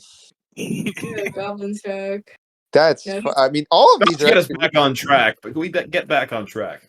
No. Okay, so show the picture of this shark jumping out of the water. That's Zin. Because Zin's going to use a spiritual weapon. He's going to grab on with his big boy teeth. I say, let's do something cool like a great white. Doesn't fucking matter. Okay? They're cool. They can jump. And so I'm going to swim up, right? All shark-like, grab onto the thing, and that's going to hoist me all the way up. And then there's just this shot of me, Zin Shark, leaping like that great white into the open, and then I'm gonna at least try and get to land. I don't know. I made it to the air. That's all I gotta say. I mean, for the purposes of the photo to the story, I guess, sure, but you've been pulled like another 10 feet to. Are you okay, Cameron? You've been pulled like an extra 10 or 15 feet, we'll say, by the spiritual weapon. And then so then we're going the eels are now at like 20 feet below the surface. I think you're all probably going to escape before it gets to you, so that's good. Atham, it's going to be your turn. You are currently Keep swimming up. Everyone else seems to be doing fine. all right, give me one last athletics check. You'll probably pass it, and then you can jump on before the eels get to you. 27. All right, yep, that'll do it. You're able to get up, get onto that area. Basically, you guys are onto that docking area where you were originally, with your little skiffs or whatever the fuck we used. And then, I mean, is there anything else you want to do, or should we just go through everyone real quick to get out of the water? get to work. I'm just getting out of the water. Okay, you get out of the water. Alcarab, that is your turn. You are 5 feet below the surface, so you can easily get to the top with just your movement, and then climb up, and you'll be safe if you would like. Is that what you'd like to do? Zin is still 20 feet below the surface, but as a shark, or no, sorry, actually no, he's now up like 10 or 5, I forget, but with the spiritual weapon, so he's about to burst through the air. So yeah, never mind. I'm assuming Zin's a shark. He can probably swim. I'm gonna just sort of leave the water. All right. So yeah, you burst through, or well, no, you just I guess get out normally and then just hoist yourself up. And Zin, we'll get to you. You got the eels, the eel NATO, as we've dubbed it, coming up behind you. You're being majestic as fuck as the shark. Do you just want to burst out of the thing as the shark? Yeah, sure. I'll burst out. I want to burst out as a shark and then hope that Alcarab can turn me back into Zin. As I'm like I want to okay, I'm gonna swim up. I'm gonna finish my swimming as a shark. I'm gonna get to but I want to burst out like I'm about to leap out onto the land. Like I want to do that majestic jump. So you do the majestic jump. And then I Alcarab, go. you see this giant, or well, this we'll say well-fed looking shark, jumping over you, splashing water as the water is dissipating. It creates a rainbow over you, and the whatever it's called effect from that. A rainbow effect. I guess is that what it's just called? Is it just called a rainbow effect? I don't know, the prismatic effect. What something effect? Like that. Well, it's like when there's a bunch of water mist in the air, it will sometimes create a rainbow if it's like, it's just diffraction of the light, I think. Okay, the refraction effect of the water. The rainbows are actually very complicated and very interesting, but rainbows are gay as fuck, bro. Okay, well, the gay refraction rainbow appears from the shark's splash. And I think that's the example Terry Pratchett used for the lies of children thing. But anyway, sorry, go ahead. Oh, thank you. Found this on the internet. Let me search for cool shark. Can I talk? Yeah, can I talk about the gay shark in my game, please? Do I have everyone's permission? Sorry, gay shark. Yeah, thank you. Listen, I gotta take my moments when you ask me about actual physics things. Oh my god. Well, not during the gay shark moments, Cameron. Please have some decorum. Anyway, Alcarab, what I guess this is a unique vision for your life, is this majestic, and you get the feeling that the shark is, I guess, I don't know, what would you say is the feeling the shark gives off as this is all happening? It's a majestic shark jumping out the water. But jumping he's about out the water on the land and go like blah blah blah blah blah blah.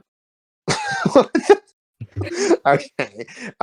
So you I guess you're paused in this moment of awe for a second, Alcarab, and then all of a sudden the shark lands on the landing and goes blah blah blah blah blah and starts flopping around.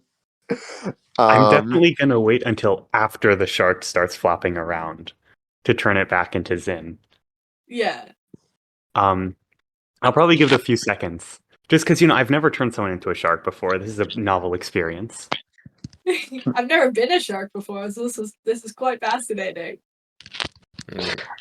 So and then Atham wishes he was a shark. I'll leave it long enough to be like not majestic, but not long enough where like Zin is actually going to start suffocating. Okay, cool. Yeah, let Zin enjoy the experience, but not torture him with it. Zin, you eventually turn back into a normal person. What do you think Zin's first? How do you think Zin felt about the experience? Hey, don't say it like that, William. I think, wow, Zin's just like, whoa. That was a little crazy. He's like heaving. He's trying to breathe because like his breathing situation kind of got fucked up for a little bit. Now he's gasping for air. I guess he's wet because he was just in the ocean, even though he was a shark for a little bit. Sharks still get wet. Yeah. He's like, I want to think that like he's flopping a bit as Zin, and then he realizes he's not a shark anymore, so he stops a little bit after that. So for a little bit, like for like a split second, he's still flopping in his Zin form. And then he realizes. And then he's like heavy breathing. He has all his, like, I know I played a druid before, so he has all of his clothes and shit on him, right? When he turns back. Okay, Yeah, good. it melds into the shark form and then returns to normal.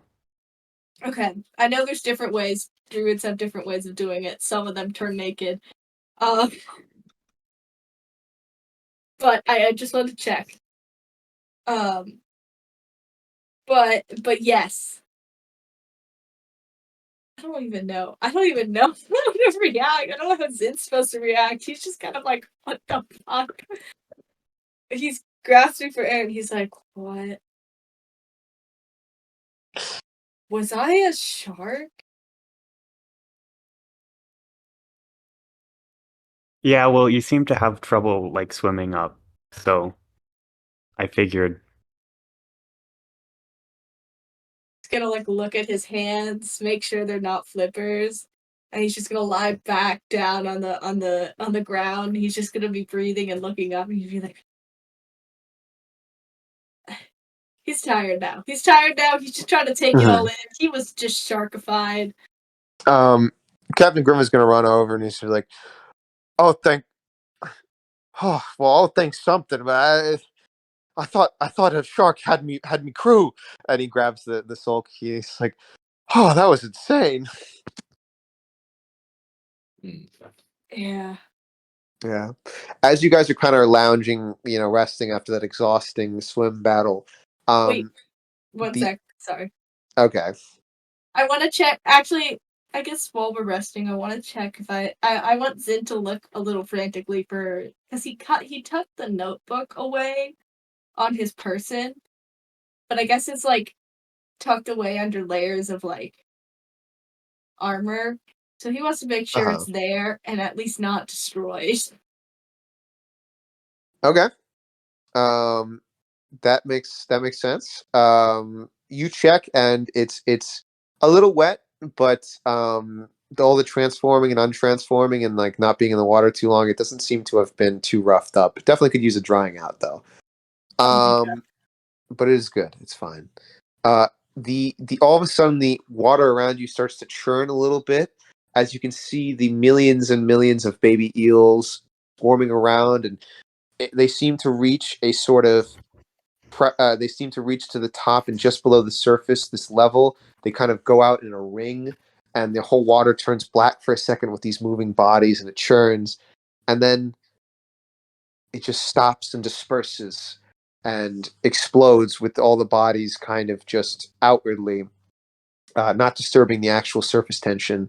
And they all just kind of float like dead fish that have been, hit with a depth charge or something like that, where they just flip flop, floating with whatever I don't know if this is accurate to eel biology before anyone chimes in specifically, but like when the fish, are dead and their internal, airbags or whatever they're called, bring them to the surface, and they all just air kind bladders, of. I think. That's I think that's the proper term. Heavy question mark.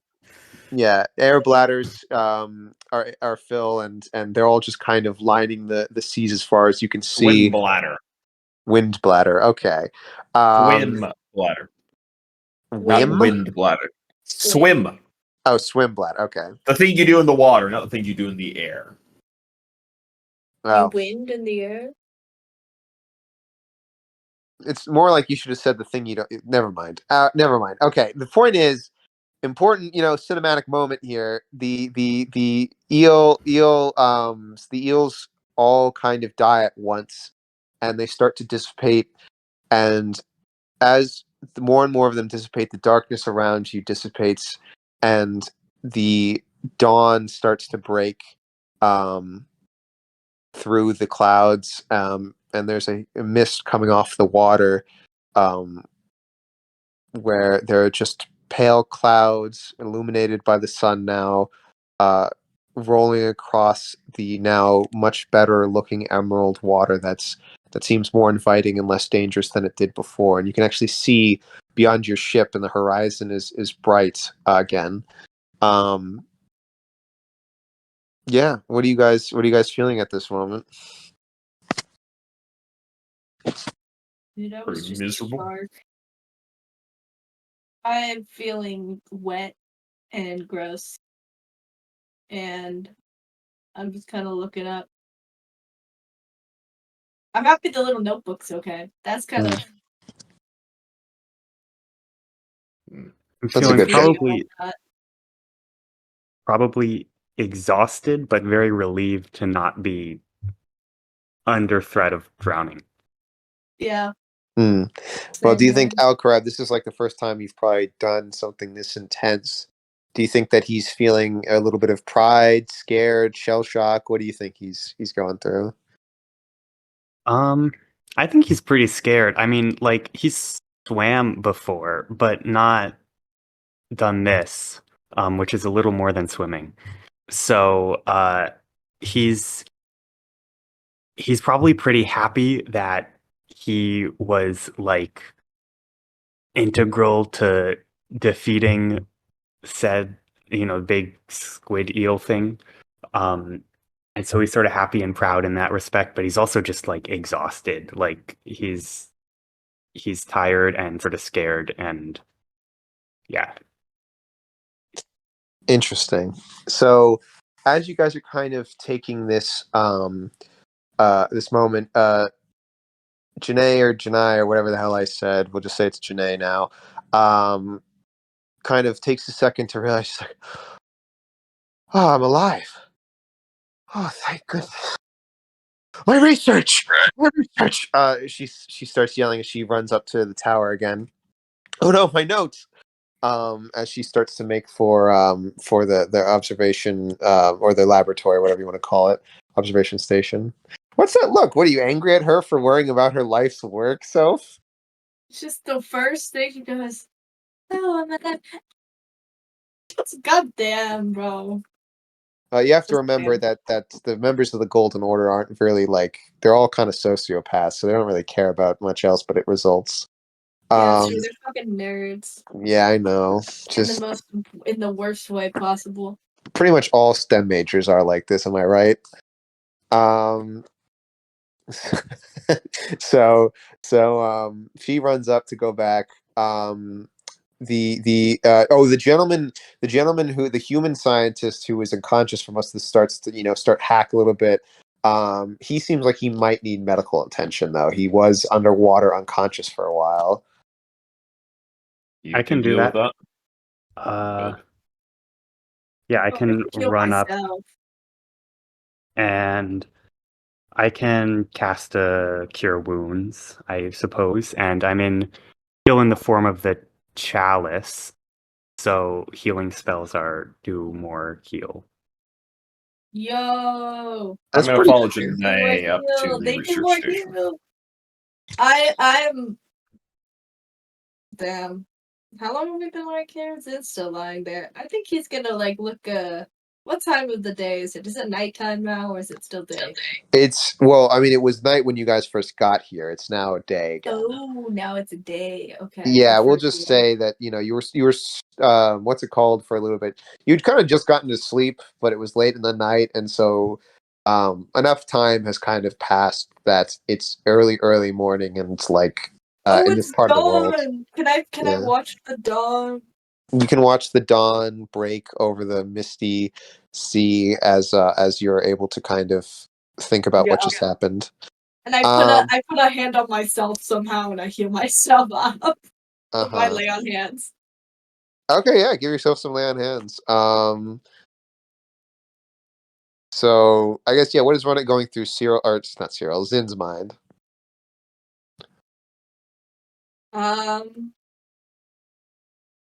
Let me get my lay on hands. Shit, man. That was a lot. But, like, it's not even that weird anymore. Because he's been through a lot of wild shit. But I guess it's like one of the other first wild shits since Cyril's left again. and he almost wants to turn over and like talk to Cyril about it or like ask him about it, but he's not there. He kind of like missed that part.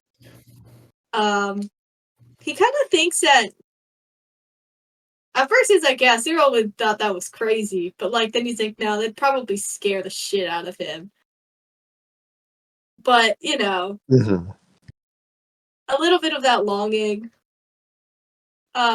He kind of like wherever he has the moat book, he wants to like kind of like feel it through like his shirt or something, or wherever it is, just like knowing that it's there as he like watches like I don't know the dawn. He doesn't really. I don't think he thinks much else besides that. Okay. Besides that, he's cold and wet, and he kind of wants to go take a shower.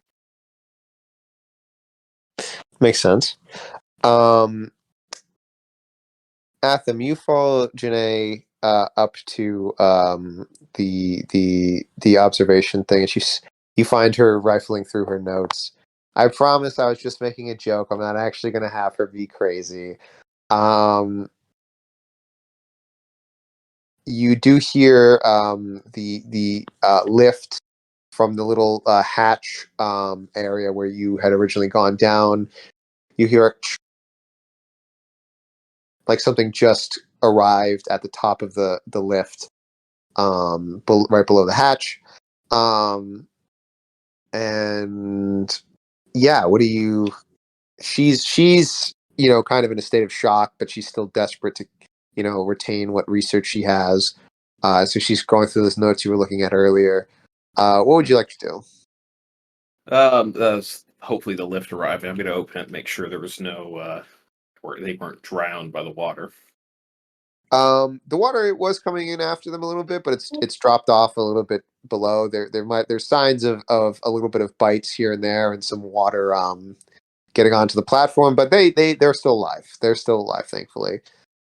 This was the halfling scientist. Sure. I'm sorry, what? I'll move them somewhere dry just to be sure. Okay. You move them. It's the big salamander, not dragonborn, but different race. I forget what I'll call. I don't even know if what salamander born. Is that an official race from D&D? I'm not actually as well versed. Salamander born. Salamander born. Salamander born is not. It's Wizards of the Coast, man. It could totally have been a thing. All right, I'll defend. Lizard folk are official, but all right, fine. Between lizard folk and dragonborn, it covers all reptilian races. But they're not reptilian; they're amphibians. They're True. more like okay. They're more like then salamanders are amphibians. She is correct. Oh, are they? Yeah. I think there's an amphibian. They're like is there a frog race? Yeah, login, but they're more hostile. They're a real. Yeah, no, a salamander. Sure hey, they said lizard folk. All right, I don't know what's. I mean, they write lizard folk as amphibious, but that is. They're just slimy lizards. I just imagine them as Apollos and this one, the scientist, they're newt inspired. So I don't know what the proper classification. I don't know. Tell you what, Max, why don't you, while we're debating this, come up with the name for the newt people in my setting, and that'll be his homework while we're talking. So we throw Atham throws the ambiguous amphibious amphibious thing into the corner, chucks it somewhere else so we don't have to think about it for a while, places the halfling somewhere with them. I'm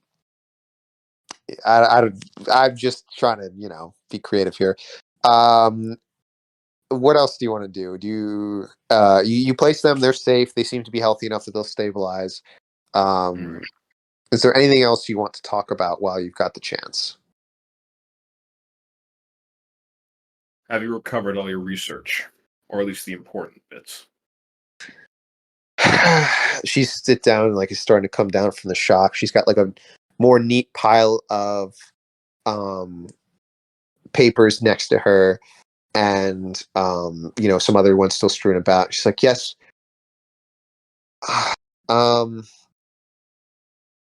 Most of it is still here.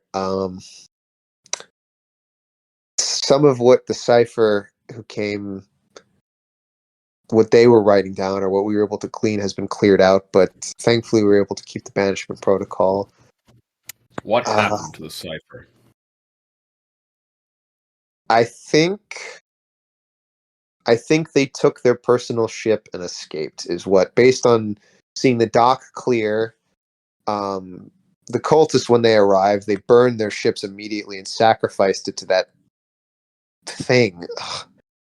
But the cipher had his own personalized, somewhat magical ship. He didn't let us take a look at it, but it had some very interesting engineering. He might have left. When the fighting broke out, he was nowhere to be seen, and I don't know if they killed him and some of them took the ship and left, or he left by himself. But he was pretty strong, so I imagine he would have been able to leave if he had wanted to. The only question what was his name? Salias.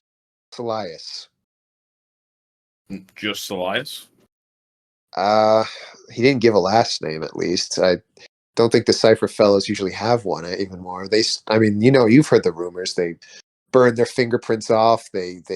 Some disconnect themselves from magic occasionally completely.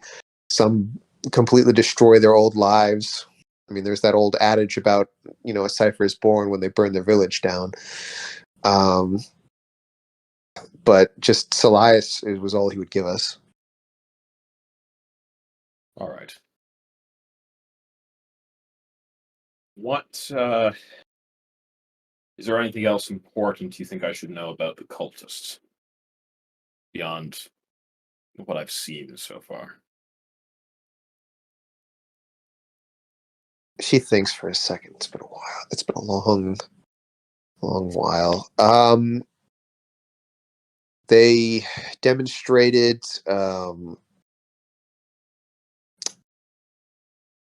cognito contamination, mental tampering, and they were using that. We got the reports about the goo, to use a layman's term. We haven't really come up with a proper term for it, but the people around the station have been nicknaming it just the goo. She points to the black stuff on the floor. They seem to be taking it and using it in rituals and using it to empower themselves. Where did it come from? I will say, I don't know exactly where it came from. They seemed to. We have two working theories. One, they had to get it from an original source because they did have it in specialized containers that we weren't able to capture and examine due to the fighting. But the others have theorized. She points over to the amphibious, newt-looking one. Gergaius over there thought that they might be tracking these beasts, that eel thing, to try and collect more of it for their rituals. We're unsure which comes first, but it definitely didn't seem to be in league with them necessarily, in the sense that it didn't demonstrate much in the way of being able to collaborate with an intelligent species. It just seemed to want to destroy. So the working theory is that they were trying to tame it or use it as a resource somehow, while also worshipping it. Right. Okay. They did not have any of the recognized heraldry that we have on our watch list either.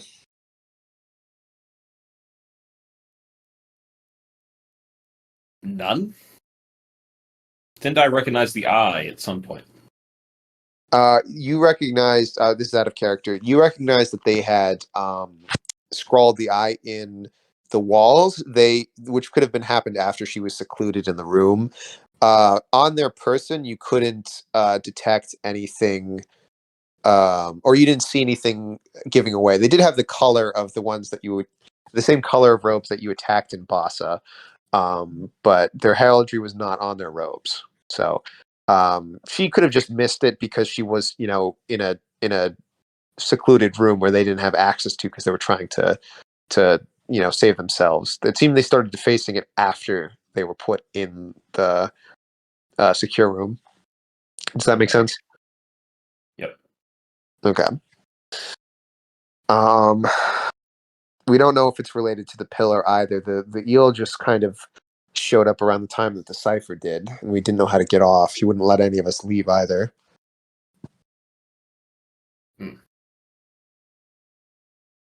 All right.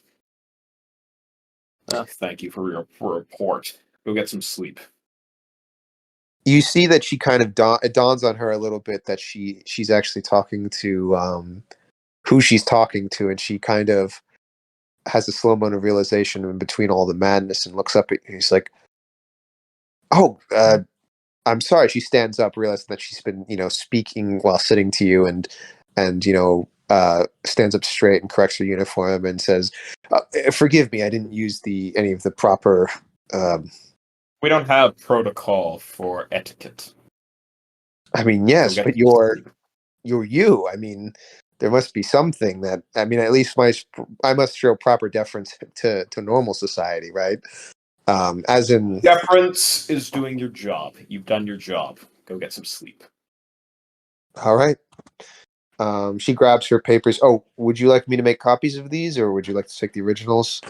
It's mainly our research into the aberrations around the basalt cage. Make a copy. I'll look at it later. Of course. And she goes to go take a rest.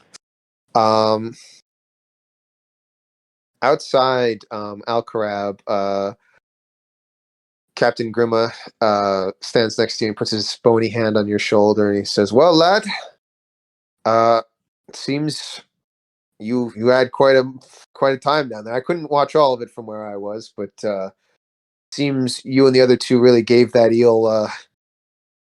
I've never seen an eel explode like that, and I've been traveling around these waters for a while, so that was impressive." I've never seen an eel explode like that either. I to be honest, I didn't know that would happen. Well, I guess it's one a new memory for us both. Then new experience. Have you ever seen an eel explode, Zin, my boy?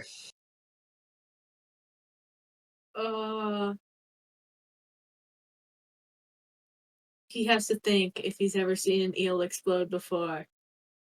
Maybe. He probably hasn't. He's seen a lot of shit, though. He goes, maybe? I don't know. Interesting, Captain Grima says. I guess this guy's seen a lot. I know I'd remember an eel exploding if I saw one, and I don't have a brain anymore, so it must be quite significant. But I guess he's got an actionful life. Yeah, I definitely wouldn't have to think about it. Yeah. I guess you guys just stand there basking in the morning sun. The ship is still moored there, and you can hear the sounds of soft awakening as the crew starts to realize that they've been kind of docked, but the darkness is gone. So, and it looks like the navigator or the helmsman is coming back after his weird stupor from last time. And he's like trying to figure out. He's still a little out of it, so he's like, "What was I doing? Why are we docked? Why am I not at the helm?" Atham, is there anything you would like to do? Now there's downtime. Yeah, now that there's downtime, I guess or do you want to ship back on course? I mean, the ship has not left yet. You would have to get Alcarab to maybe help out with that, or talk to the ship's navigator to try and get There's no crew awake. I know they went to sleep because of the something, but none of them are all right. Yeah. Well, they were sleeping because it was just night, and the helmsman was up with the navigator because that's all you needed at night. But in terms of it being back on track, I mean, if it wasn't up. We only met one crew member. I mean, he wasn't there, but he's up. He just wasn't at the helmsman. The helmsman, like, he's in the room with the charts. I mean, yeah, it's a big ship. Be Listen, the ship or whatever. Well, but the ship hasn't, like, if the ship was back on course, it would leave you guys. You're still on the island, so. Yeah. I thought we were back on the ship. All right, we'll get back on the ship then. Oh yeah, if you guys just want to all get back on the ship. What about Skeleton Man? Is he coming Yeah. with us?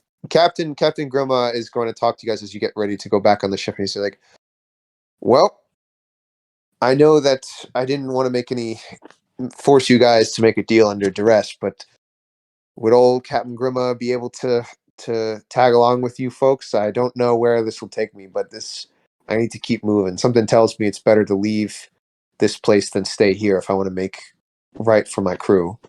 You said you had a destination in mind. Where is this Golden Lord shrine you wanted to go to? Well, the proper name is Illuminated Lord, for our Illuminated religion. Lord. Sometimes he's nicknamed the Golden Lord. It depends on who you talk, but the clergy at least used to be more whatever.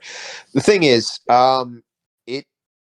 it's kind of hidden. At least it was. It's taken me centuries to try and find it. I think I'm close though. The people here mentioned that they had. Oh, he goes and runs up and it's like, yes, wait. I just asked. He comes running back down with a piece of paper, saying that Janai gave me this for my hard work. She said I've fulfilled my debt over after saving her life, and says that it looks like it's just a ride or two over, and he hands it to Alcarab, who you can give it a look over real quick. Give me an Arcana check real quick. Arcana. Oh.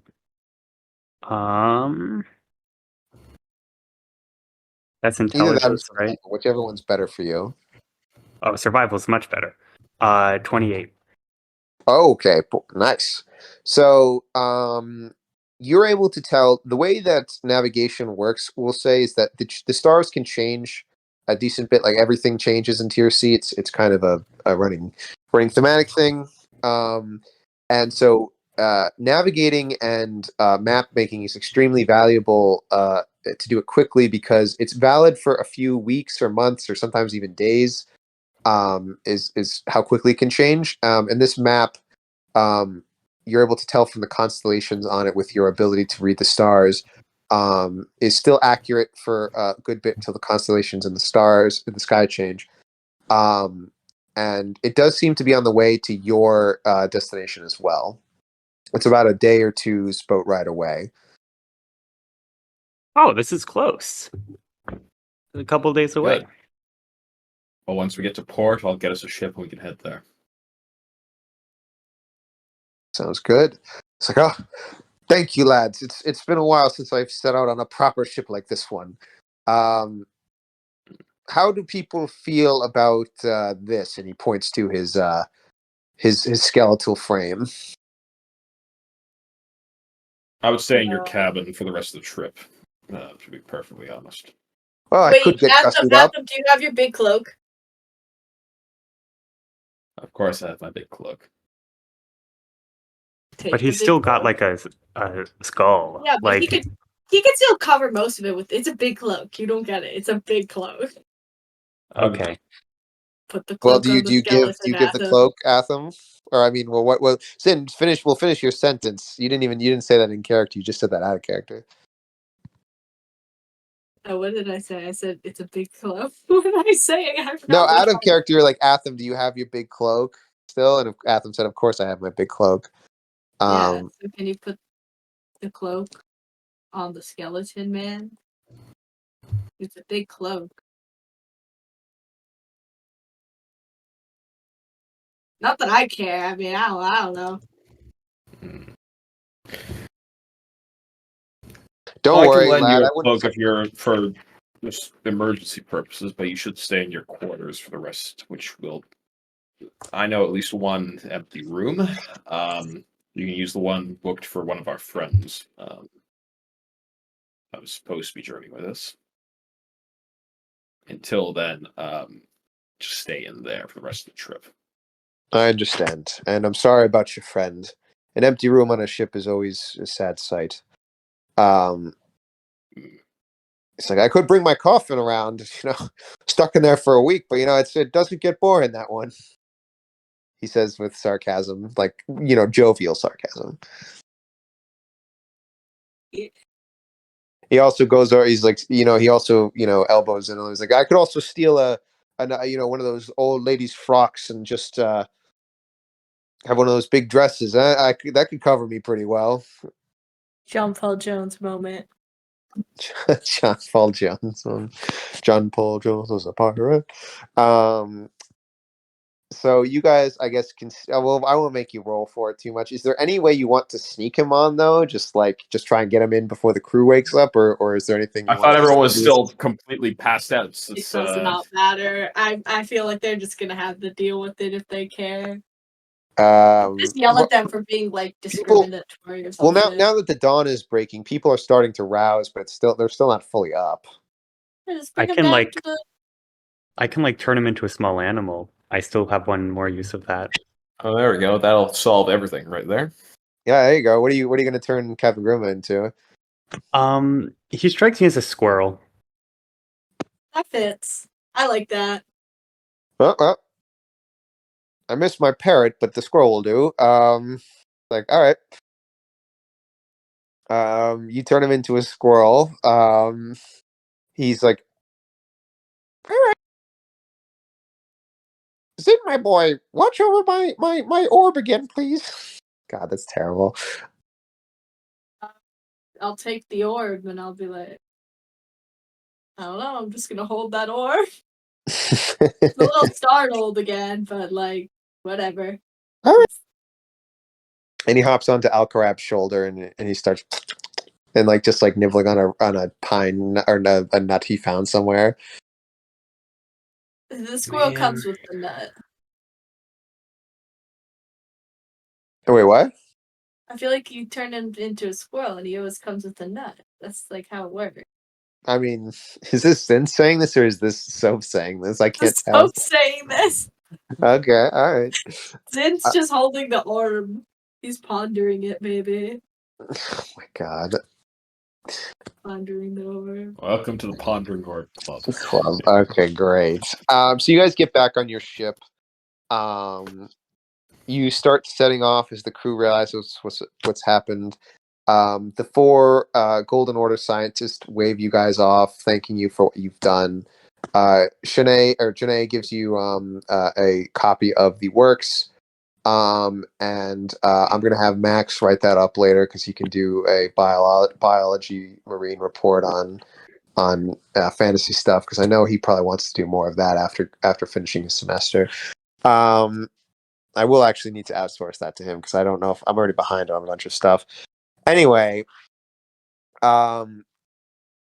you guys will be kind of in your deck, hanging out with Grima and Zin and Alcarab. You're kind of able to rest a little bit, eat.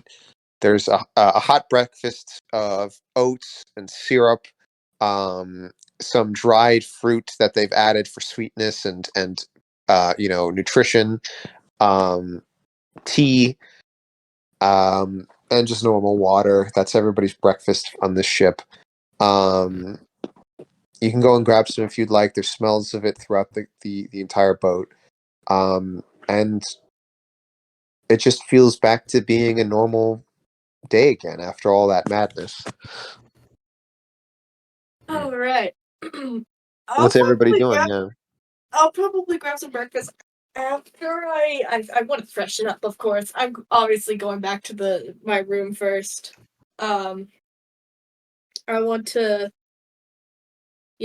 dry my hair at least. My luscious locks. I'm gonna take the little notebook out and let it out to dry a bit. Make sure it's all neat and tidy.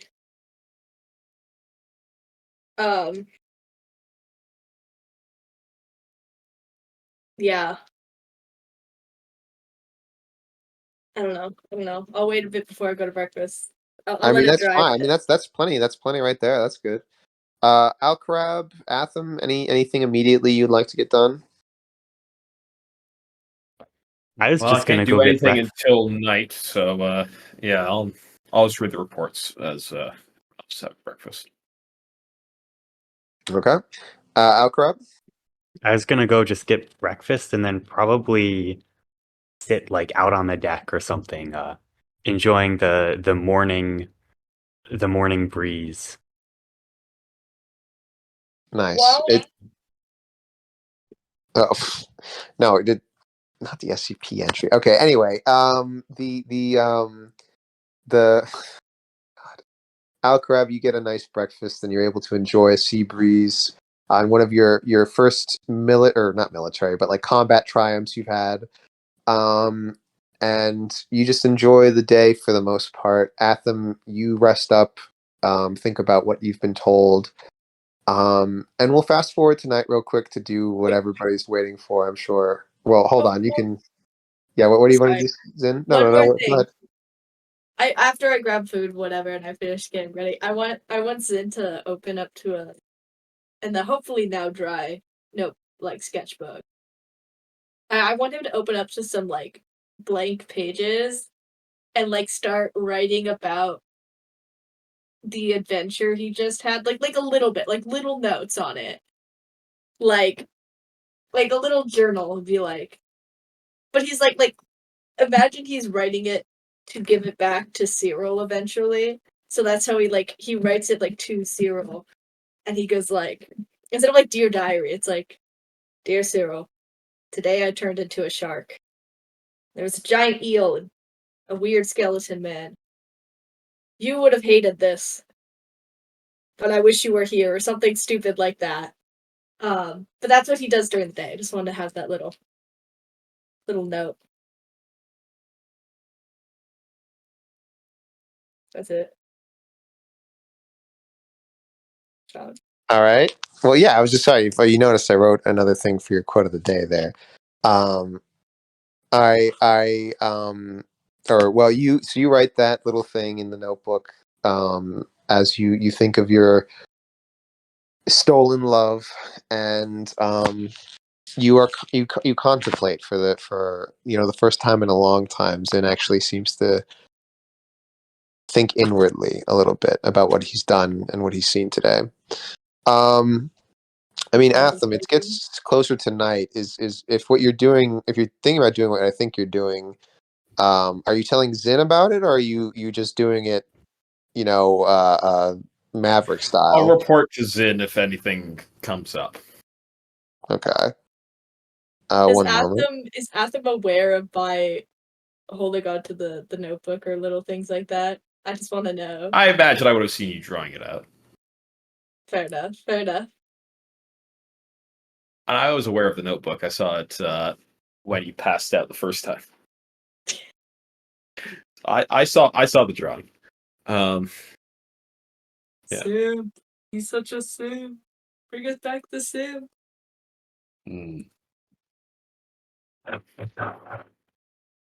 So yeah.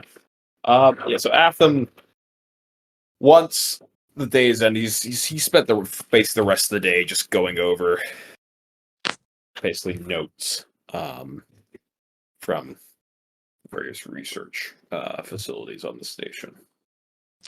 But come nightfall, he's going to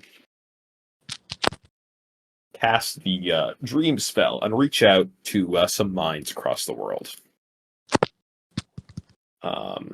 And let's just do the most interesting one right off the bat. He's going to try and reach Cyril. All right. Well, 1 second. I need to go to the bathroom. I'll be right back. God damn it. Blaze! That's fine. I need to take a piss too. So William, can you restate your social security number again for everyone for Craig? 632-849-887. Thank you. You're welcome. 69 555 420. Fun fact about William. I am not a pedantic player. I am always willing to fail. It's always you guys who are always like, no, don't fail. You're crazy. I'm willing to fail. What are you saying? No, I'm not talking. I'm talking about what Max just said. He says, apparently first of all, I do know that pedantry is going both ways, and I'm telling you right now that I'm coming down hard in the next few weeks on this shit, and they never believe me, but it's going to happen. And that's I'm just saying I've read the player's handbook like a lot of times. honestly, maybe I should just give the fucking campaign to you. You could deal with all this shit better than I could, honestly. I don't. Bill Well, is a harsh DM. Bill is like, he's the one that made me have to capture the badger to have a pet badger. You have to capture the badger to have a pet badger. I You said can't I just just pull buy it a out. pet badger. That's not Who the that. hell sells a badger? Why would a small medieval village sell badgers? I don't know. I just wanted a badger That's pretty companion. common. Village is so good. They've got badger salesmen now as part of. They got a fucking. Listen, Petco. you caught the badger. You Badgering successfully around. caught the badger. That's true. I did catch the badger, and then I had to drop out of the campaign. I'm familiar would have just solved this whole thing. You can All also right, get call the. find speed for paladins doesn't have a lower limit, only an upper limit. You don't necessarily have to be able to ride the thing you're trying to summon, I believe. Let me check the wording. That'd be quite funny if I think you could I summon was a a rogue, dormouse as your though. I find was speed. a rogue. Oh, I see what you mean, Max. Well, I was All not right, going to do that 'cause I'm anyways. not a dick. Anyway, let's Call him. Call him, yeah, Cameron. call him. What? Are you gonna call the man or not? Oh, sorry. I thought we were still in faffing about phase. Yeah, I said I'd call Cyril. We cut off when I said I'd call Cyril, so it's not my fault. I think we all agree it is. Anyway, regardless of how much of a Cameron's fault it is, you ring. You go into your meditative state. It's late enough that Cyril would probably be sleeping. I want to make this clear that depending on how long this takes and depending on how long the other things take, we're not going to go through like the entire list I'm sure you have fucking written for how many people you're going to call tonight. So just telling you that now. You enter a dream where Cyril is sitting around a teacup with a bunch of golden chickens running around that are the size of like ostriches. And he just looks kind of miserable a little bit. And he seems to be lost in thought. Good evening. Oh, hey. Hey, Atham, it's good to see you. I figured you'd eventually call me. Sorry about the surroundings. I am not a lucid dreamer. I don't know. It's all right. I'm quite familiar with the dreamscape. I didn't hear back from Jens. What happened? Oh, sorry, give me a second. It takes me a while to get the accurate information up here. So he got impaled slightly with a staff, trying to teleport. Sorry, that's not the relevant. Well, okay, he got injured and got captured, and they were put into Scarthorn. We were able to drop them off before So we were able to to. Yes, I was able to slip Eb my necklace. Jens was injured. Was Eb injured? No, Eb was detained, but my uncle kept his word at the very least. He used a spell to put her to sleep, but that was about it. But who knows what's happening on Scarthorn now that it's out of his hands. I'm trying to think anything else. I mean, they weren't dead. They were dead. They were full health, or full of health, I should say. Last I saw them. It's hard to think up here. We're headed back home. You're still on route. Yeah, we're still at sea at the moment. We're going to be touching down soon. We're not going to be attending the summit. I know that much at least.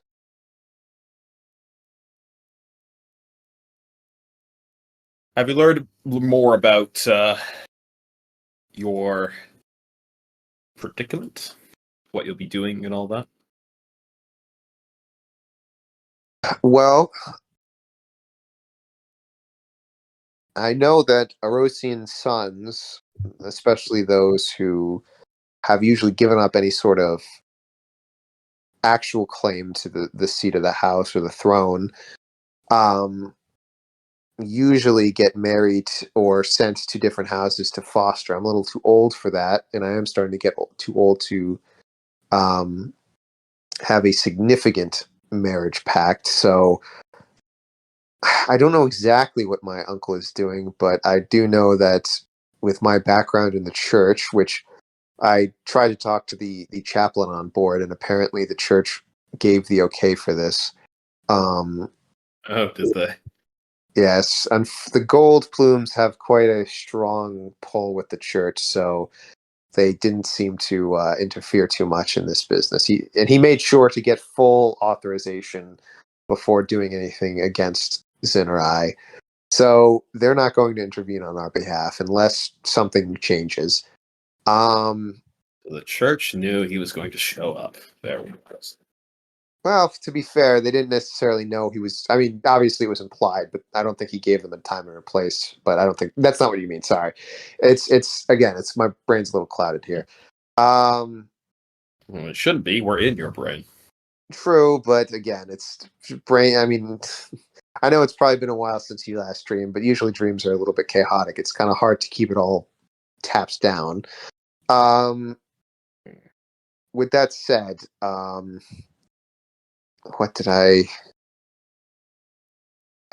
think if anyone can help, there's only one gold plume who might be able to interfere with our affairs without causing a conflict, a military conflict, and that would be my aunt. But I don't know exactly where she is. At the very least, she might be nearby. She's usually island hopping to get away from the homeland politics, and she's really the only one that I trust in my family. Maybe Zin could talk to her, but I don't know. I don't know exactly if you would be able to find her. Have you considered getting involved with homeland politics? I don't think it'll be up to much else. You see, he deflates a little bit, and he says, "Yes, I have. It's not something. It's something I've tried to escape all my life, and I won't bore you with the details, but I know me that." with the details. I meant the emotional details, but if you want the specifics on the succession, I mean, I do have a decent shot at inheriting the house, depending on who I marry. But I never wanted to play the marriage game in Oros. It's never for love; it's always for politics, yada yada. Same as everywhere, really. At least when it comes to nobility and oligarchy. But I just wanted a life of my own, and I thought I would have that and I thought if I could keep the deal with my uncle, I would be left alone. But I always figured one way or another he'd slither his way back. But I have thought that maybe it's irresponsible of me to be trying to run away from my house. I could do a lot of good there. I mean, there is a lot of power in the name, and I could play the game and try and do what's right from the inside out, change the system from inside rather than trying to change it through some kind of work in the church. That was going to be my suggestion.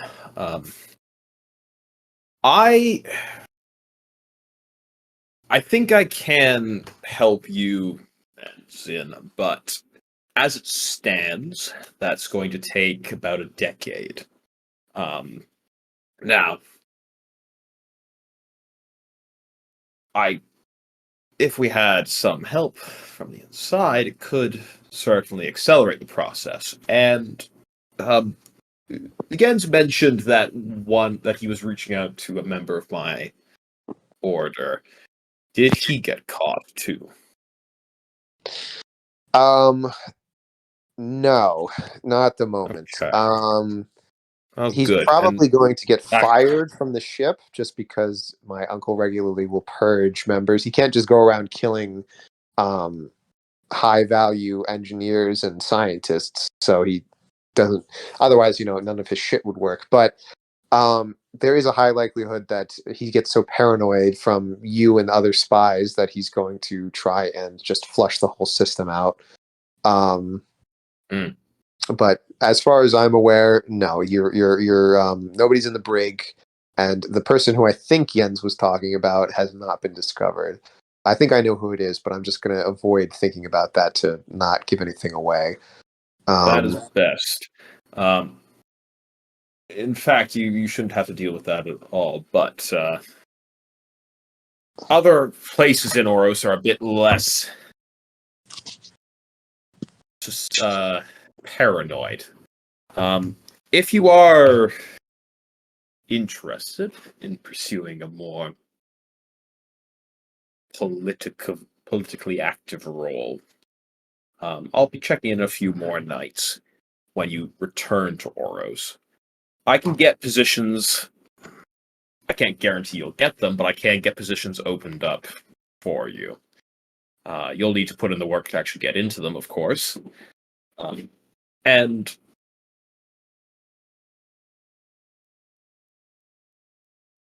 you will need to. I'm sure you're. Well, what has your uncle said he wants you to do? Because you can't. Marriage is kind of a one trick activity. That's not really something you can be doing every day.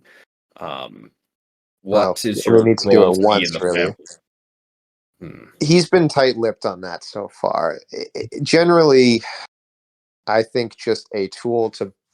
He wants to establish probably a good relationship with another house to make some kind of political play. As you know, the throne of Oros is open, so securing at least a temporary alliance with another powerful house might be enough to put him on the throne, if that's his ambition, which honestly, he's always been a snake, as I said, but I don't know exactly what his end goals are. It's kind of hard to tell. He always, when he's been He'd be pretty changed, stupid to sit on the throne himself. I would mention to him that you're looking for a hobby. That should rattle his sensibilities sufficiently to make him give you a job to keep you busy. There's nothing worse than one of your underlings thinking for themselves. He thinks for a second. He says, but going back real quick, Atham, I don't want you to assassinate anyone so that I can get a job, just to be clear. I didn't say I would assassinate anyone. I don't think I gave any indication of the sort. You said that you would open you think up. The only way jobs become open is because someone dies? Okay, but to be fair, I've seen you be pretty violent and threaten mind shredding. You threatened a small kobold in that bar I know you did this psychically, but yeah, I did it psychically. How the fuck does he know? Well, I'll just say that he could tell that he was perceptive enough to notice that the kobold ran away and gave back his stuff. I think he knows that Ebb was not the one who did that with her master planning. If you ever remember, Cyril has a huge perception. I wisdom, yeah, no, I wisdom and huge perception. He's like if anything is able to be put together, he usually puts it together. But to be fair, Atham, you have threatened violent things, and he also did notice that he did get those visions that everybody got when he saw the mural back in what's it called, the Underdark. Now he's not. Listen, I'm not trying to be combative here. It's just I trust you. I trust no you one enough. will be assassinated. I can promise you that. Okay, I appreciate that, but I'll think about it. I'll tell you this much. I'll think about it, which is the more than I've done for anyone when it comes to this sort of stuff. It's a house of nobles. How much dirt do you think exists out there? I could get your uncle to fire them just by hinting they might be spies. There are numerous ways to get the entire upper echelons of government removed within days, Cyril. Okay, you're starting.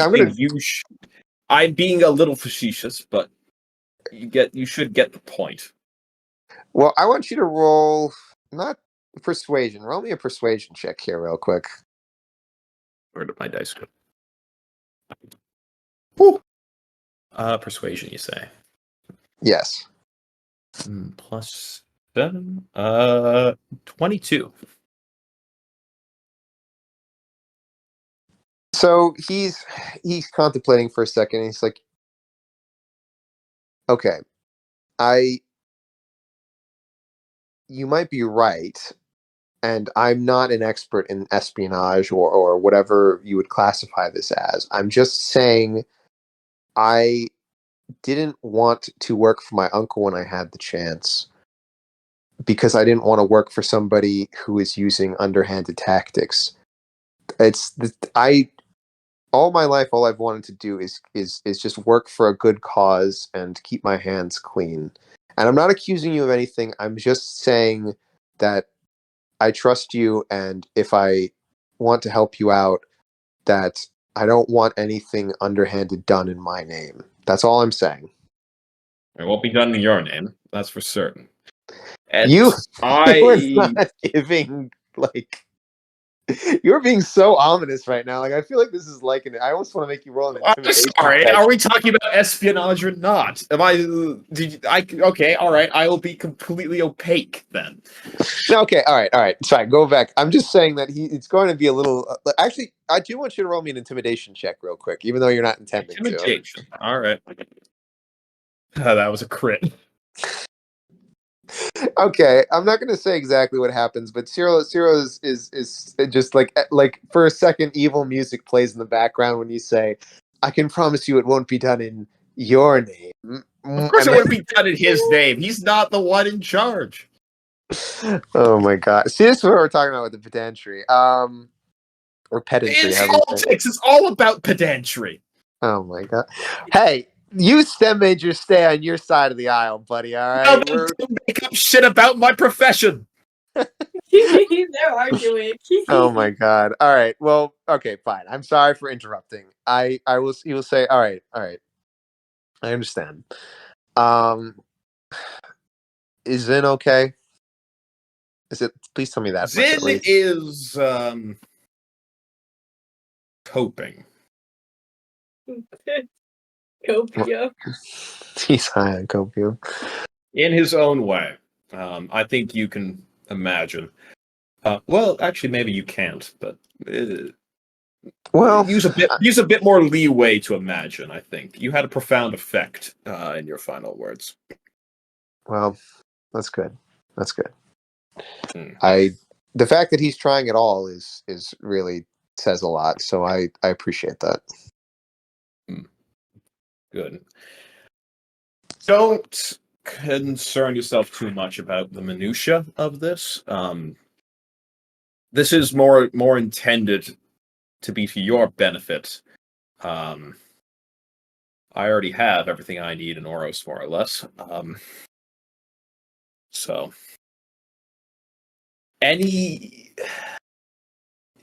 it will benefit you to get out from under your uncle's thumb, and the only way to do that is to make a name for yourself within Oros.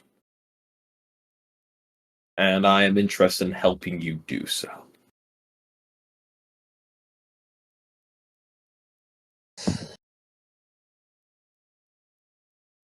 He closes his eyes and he thinks for a second.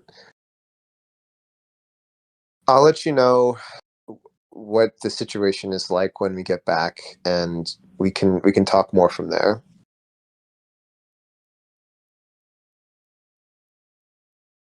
I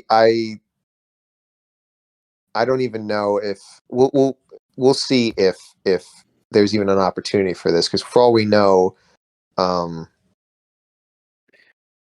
we don't know who I'm going to be, if I'm going to be married to somebody, if I'm going to be he could put me into, like you said, a position for bureaucracy and have another gold plume in high positions in the Orosian bureaucracy or the military. Don't accept an assigned position. If you can, choose a position yourself. You might have been called back forcibly, but you still are a member of a high prestige house. True, but my leverage is not high. I will try my best. Yes, I agree. That's why you need to improve it. Okay. Well, lecturing him. I'll try and open as many doors as I can for you, but you need to be the one to walk through them. And doing so will... Well, we'll get to that later when you call me back, or when I call you back. sure. Well, remember, try and find my aunt Sylvia, or at least tell Sylvia Zim that. Goldplume. All right, I will. She will. I don't know if she's still going by Goldplume, but you'll know her when you see her. Trust me. She's kind of hard to miss anywhere. You could spot her on half a continent. Is that your mother joke? What? I'm just imagining. Did you want any of your belongings returned? You left most of them. I could have them shipped to you. He thinks for a second. Those are your personal ones. A few of your books, for example. The books. Yeah, I would rather the journals and anything not be brought back and be kept with Zin rather than be anywhere close to my house right now. I think Zin is hanging on to them for the moment, so that works out fine. Good. And yeah, if you find the chance, maybe just a couple of my books. I have a history of the Anat Empire that I was getting through that I'd like to keep reading, and poems from Baylor that I liked, but that's about it. I mean, all the clothes and stuff like that's definitely not necessary. They're just standard church stuff. I can get them back here as well, I think. All right. Very good. Well, I think Eb is in good hands. Yeah, Jens and her we're getting along well at least, and I think that they're crafty enough. But keep Zin safe for me, and stay safe yourself. Very well. All right. And with that, Atham's going to leave. All right. The dream will dissipate, and you'll just be kind of left from that cushy dream brought back to reality, and the rocking of the waves and the boat, the creaking of the wood, with just the blue light of the outside. What time is it? No, I don't think we're gonna. I'm gonna say no. We're gonna zoom out a little bit as we see the ship lolling over the waves, and in the background, illuminated by the moon, you see another island on the horizon that is approaching, and we'll stop there for the night. And unless anybody has anything they desperately want to do now that is not Atham, at a meeting, because I also Will has work, and I don't want him to have to be out too late. Plus, he has to walk home, so I don't really feel like keeping him out past 10. Oh yes, the walk down the hill is so treacherous. Where are you living, by the way? Oh, we can. Don't. I'll kick Craig out. But what are your address and say your social security number again? All right. Well. 69. I don't know how long his security number is. I'm very unoriginal. No. Wait, you did?